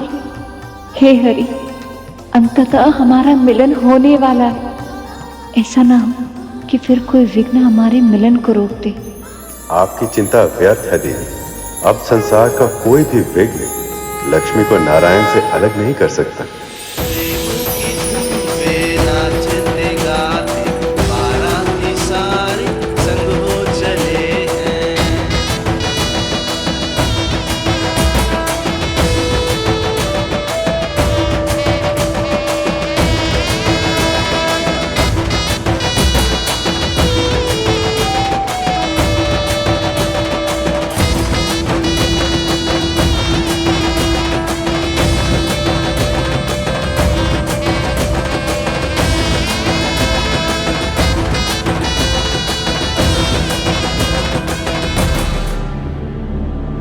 माँ,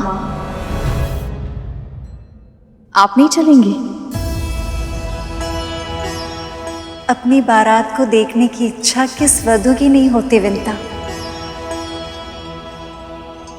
पर मेरा जितना मन कर रहा है बारात देखना मेरे लिए उतना ही कठिन है। जब आप किसी विशेष की प्रतीक्षा कर रहे हो, जब आप किसी को बहुत लंबे समय बाद मिल रहे हो, तब आपका हृदय नियंत्रण में नहीं रहता। भिन्न भिन्न तरह की भावनाएं उमड़ने घुमड़ने लगती। ऐसा लगता कुछ भी संतुलन में नहीं है। मन में भावनाओं का विस्फोट होगा और उसकी ऊर्जा आंखों में अश्रु द्वारा बह जाते। अरुण, आपको अपने किए का दंड भोगना होगा माता। इस समय जो भीषण और असहनीय कष्ट मुझे हो रहा है, ऐसा ही कष्ट आपको भी प्रतिपल सहना होगा। विंता, क्या हुआ? कुछ नहीं माँ, आप चलिए ना। मुझे विश्वास है प्रभु आपको देखने के लिए तरस रहे होंगे।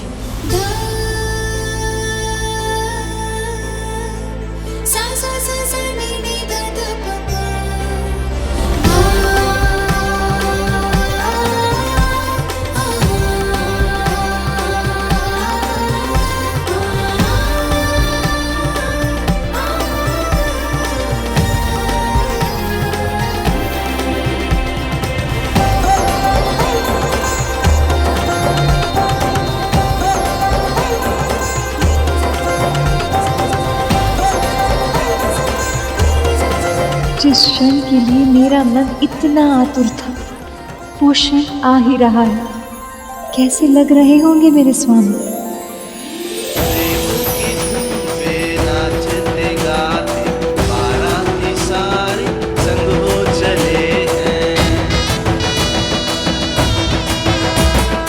विष्णु की आंखें लक्ष्मी को खोज रही हैं।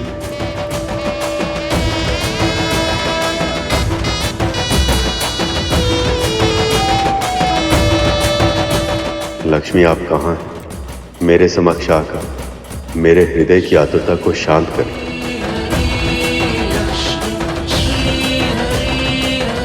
मुझे भी आतुरता है स्वामी आपको देखने की।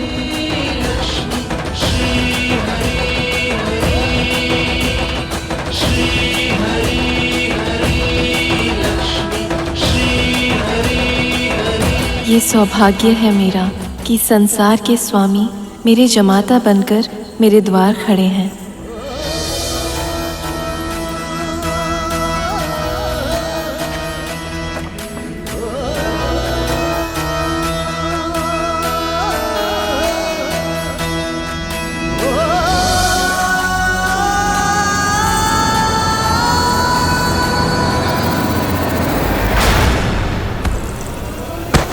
माँ,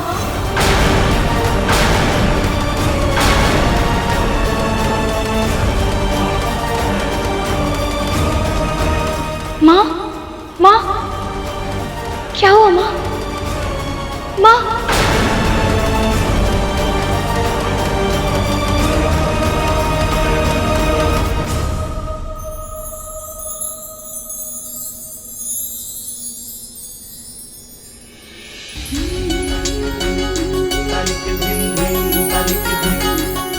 आइए सखा।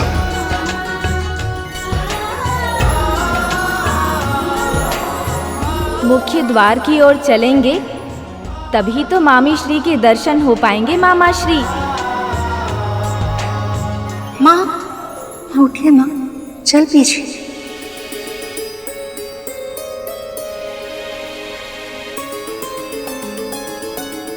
क्या हुआ?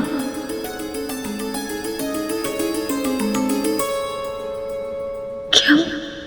अद्भुत है पुत्री, वो अद्भुत है। मैं आपके पति की क्या आरती उतारूं? सारे संसार का तेज उनके चेहरे पर है। जो स्वयं कमल नयन है, उन्हें कौन से फूल अर्पित करूं? जिससे पवित्र कोई और सुगंध है ही नहीं, उन्हें कौन सी धूप दिखाऊं मैं?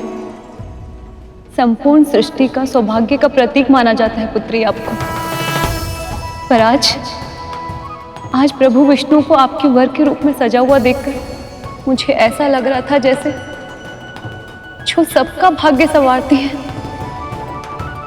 आज उन्हीं के भाग्य का उदय हो गया है।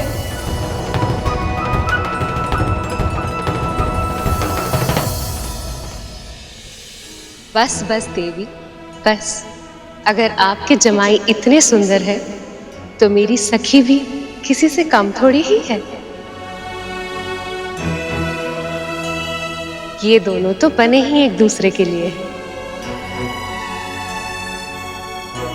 आप लोग यहाँ क्या कर रही हैं? द्वार पूजा नहीं करनी क्या? आइए सब लोग, आइए।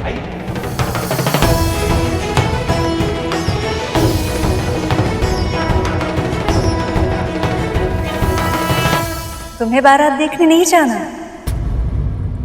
अरुण भी तो आया होगा ना? पर माँ, आपको अकेले छोड़कर कैसे जा सकती हूँ मैं? अकेले कहाँ? मैं हूं यहाँ पे। और वैसे भी तू सारे कार्य अकेले करेगी क्या? जा, मिल ले अपने पुत्र से। इसी बहाने मैं कुछ समय देवी लक्ष्मी के साथ बिता पाऊंगी। जाओ विंता, जाओ।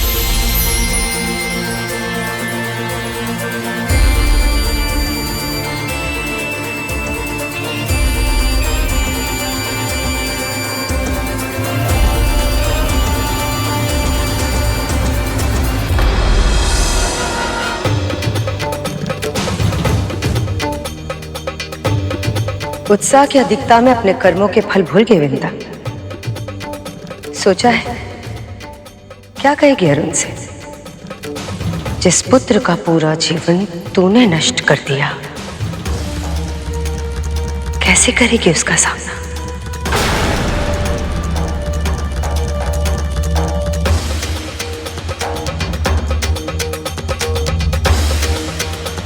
आपको अपने किए का दंड भोगना होगा माता। वैसा ही कष्ट आपको भी प्रतिपल सहना होगा। मैंने माँ को श्राप दिया था गुरु, जिसके कारण तुम दोनों का जीवन, मुझे समझ में नहीं आ रहा है कि मैं उनका सामना कैसे कर पाऊंगा।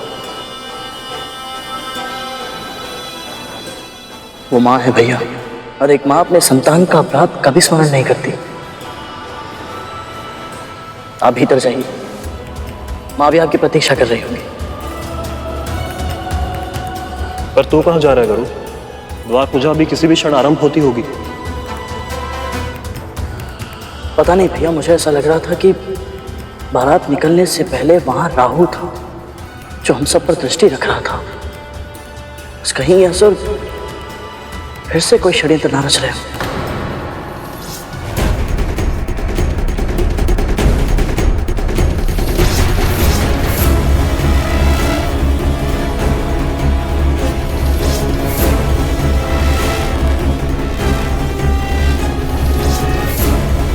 विष्णु के विवाह में सभी देवता व्यस्त होंगे, यही उचित अवसर है मंथन करके अमृत प्राप्त करके अमर होने का।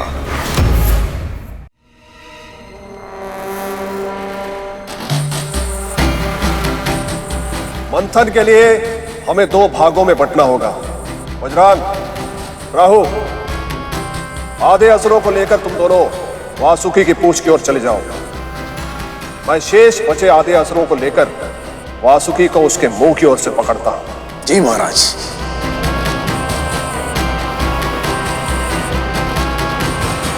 नारायण नारायण। प्रभु की इच्छा के बिना कुछ हो सकता है क्या गुरु? नहीं महिवर, परंतु क्या? वो चाहेंगे तो भी कुछ नहीं कर पाएंगे ऐसे, क्योंकि क्षीर सागर में कच्छप अवतार में प्रभु विष्णु स्वयं विराजमान है। इसलिए वहां की चिंता करने की आवश्यकता नहीं है तुम्हें। इस विवाह का साक्षी बनने का अवसर बड़े सौभाग्य से मिला है तुम्हें, इसलिए इसका आनंद लो। नारायण नारायण। हे प्रभु, सब कुशल हो, सब मंगल हो।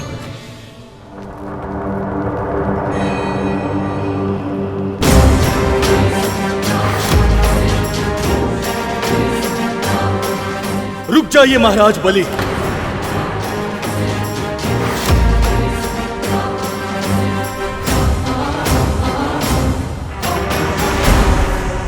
रुक जाइए, मुझे हाथ मत लगाइए।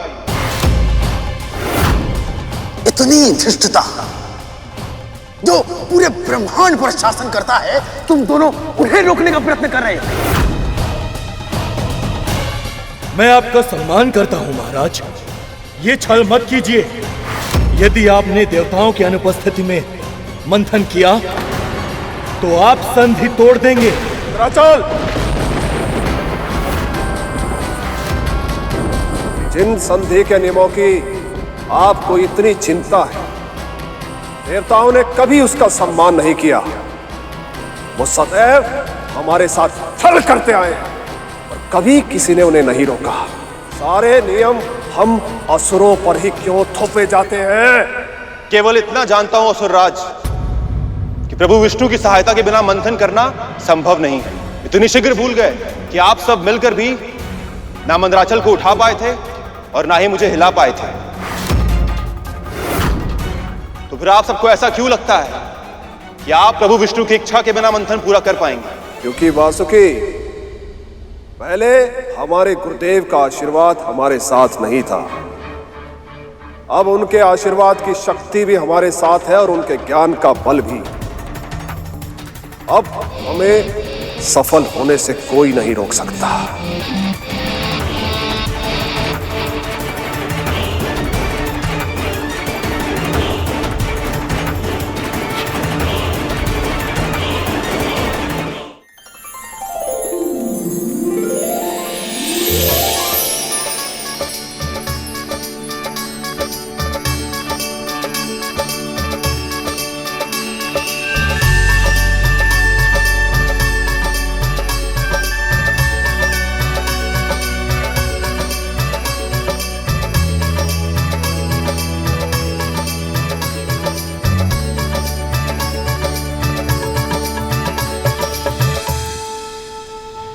प्रभु, आपके प्रत्यक्ष रूप से दर्शन पाकर मैं धन्य हो गई।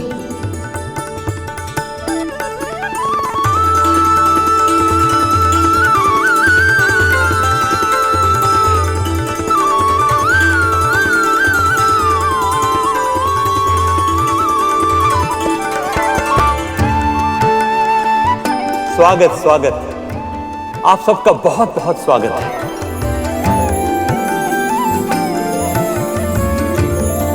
मेरा प्रणाम स्वीकार कीजिए गणपति। वंदन स्वीकार।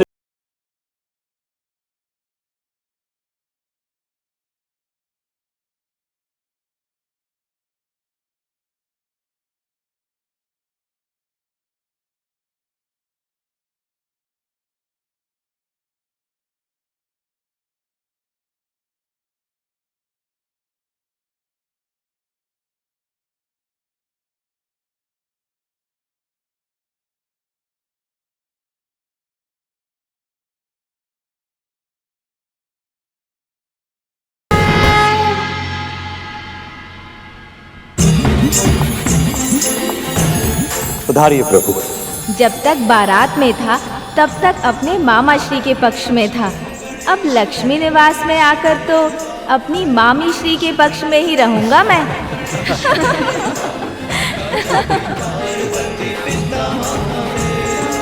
नारायण, अपने जमाई का स्वागत सत्कार करना विवाह की सबसे महत्वपूर्ण रीति है।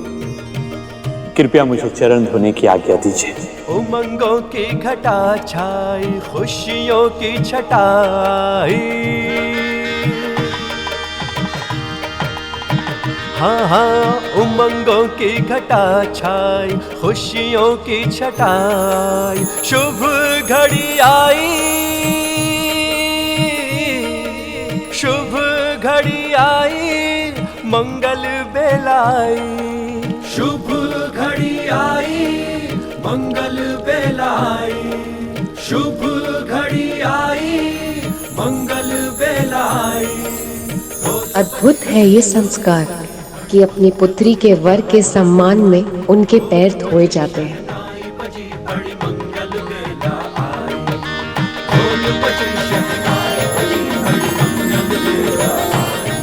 पधारिए प्रभु। तनिक रुकिए नारायण, रुकिए। अपनी प्रेमिका से मिलने के लिए कुछ अधिक ही उतावले हो रहे हैं आप। पर आगे तभी बढ़ पाएंगे जब अपनी सासू माँ से नाक खिंचवाएंगे। प्रभु की नाक खींची जाएगी? परंतु क्यों? हाँ गुरु, यही रीति है, पालन तो करना ही होगा।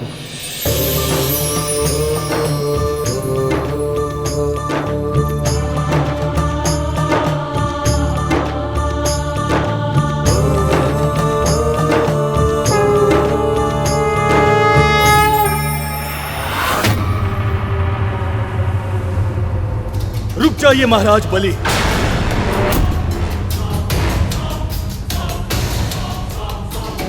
मन में हिंसा और छल जैसे दूषित तामसिक विचारों के साथ यदि आपने मुझे छुआ भी तो इसका परिणाम अच्छा नहीं होगा। मैं स्वयं भस्म हो जाऊंगा अगर आप सबको छल से मंथन नहीं करने दूंगा। प्रभु विष्णु के आशीर्वाद के बिना मैं भी इस मंथन का भाग नहीं बनूंगा महाराज बलि। यदि आप सब मुझे विवश करने का प्रयास करेंगे तो मैं जल्द समाधि ले लूंगा, पर आपके इस कुटिल योजना को सफल नहीं होने दूंगा। मूर्ख! तुम्हें आभास भी है कि तुम दोनों किसे धमकी दे रहे हो? जो पूरे ब्रह्मांड पर शासन करता है, दसों दिशाओं में जिसकी वीरता का स्वर गूंजता है, तुम उसे धमकी दे रहे हो। तुम दोनों अपने दुर्भाग्य को आमंत्रित कर रहे हो। ये मंथन तो होके रहेगा, और यदि तुम दोनों को हमें रोकना है तो तुम दोनों हमसे युद्ध करो।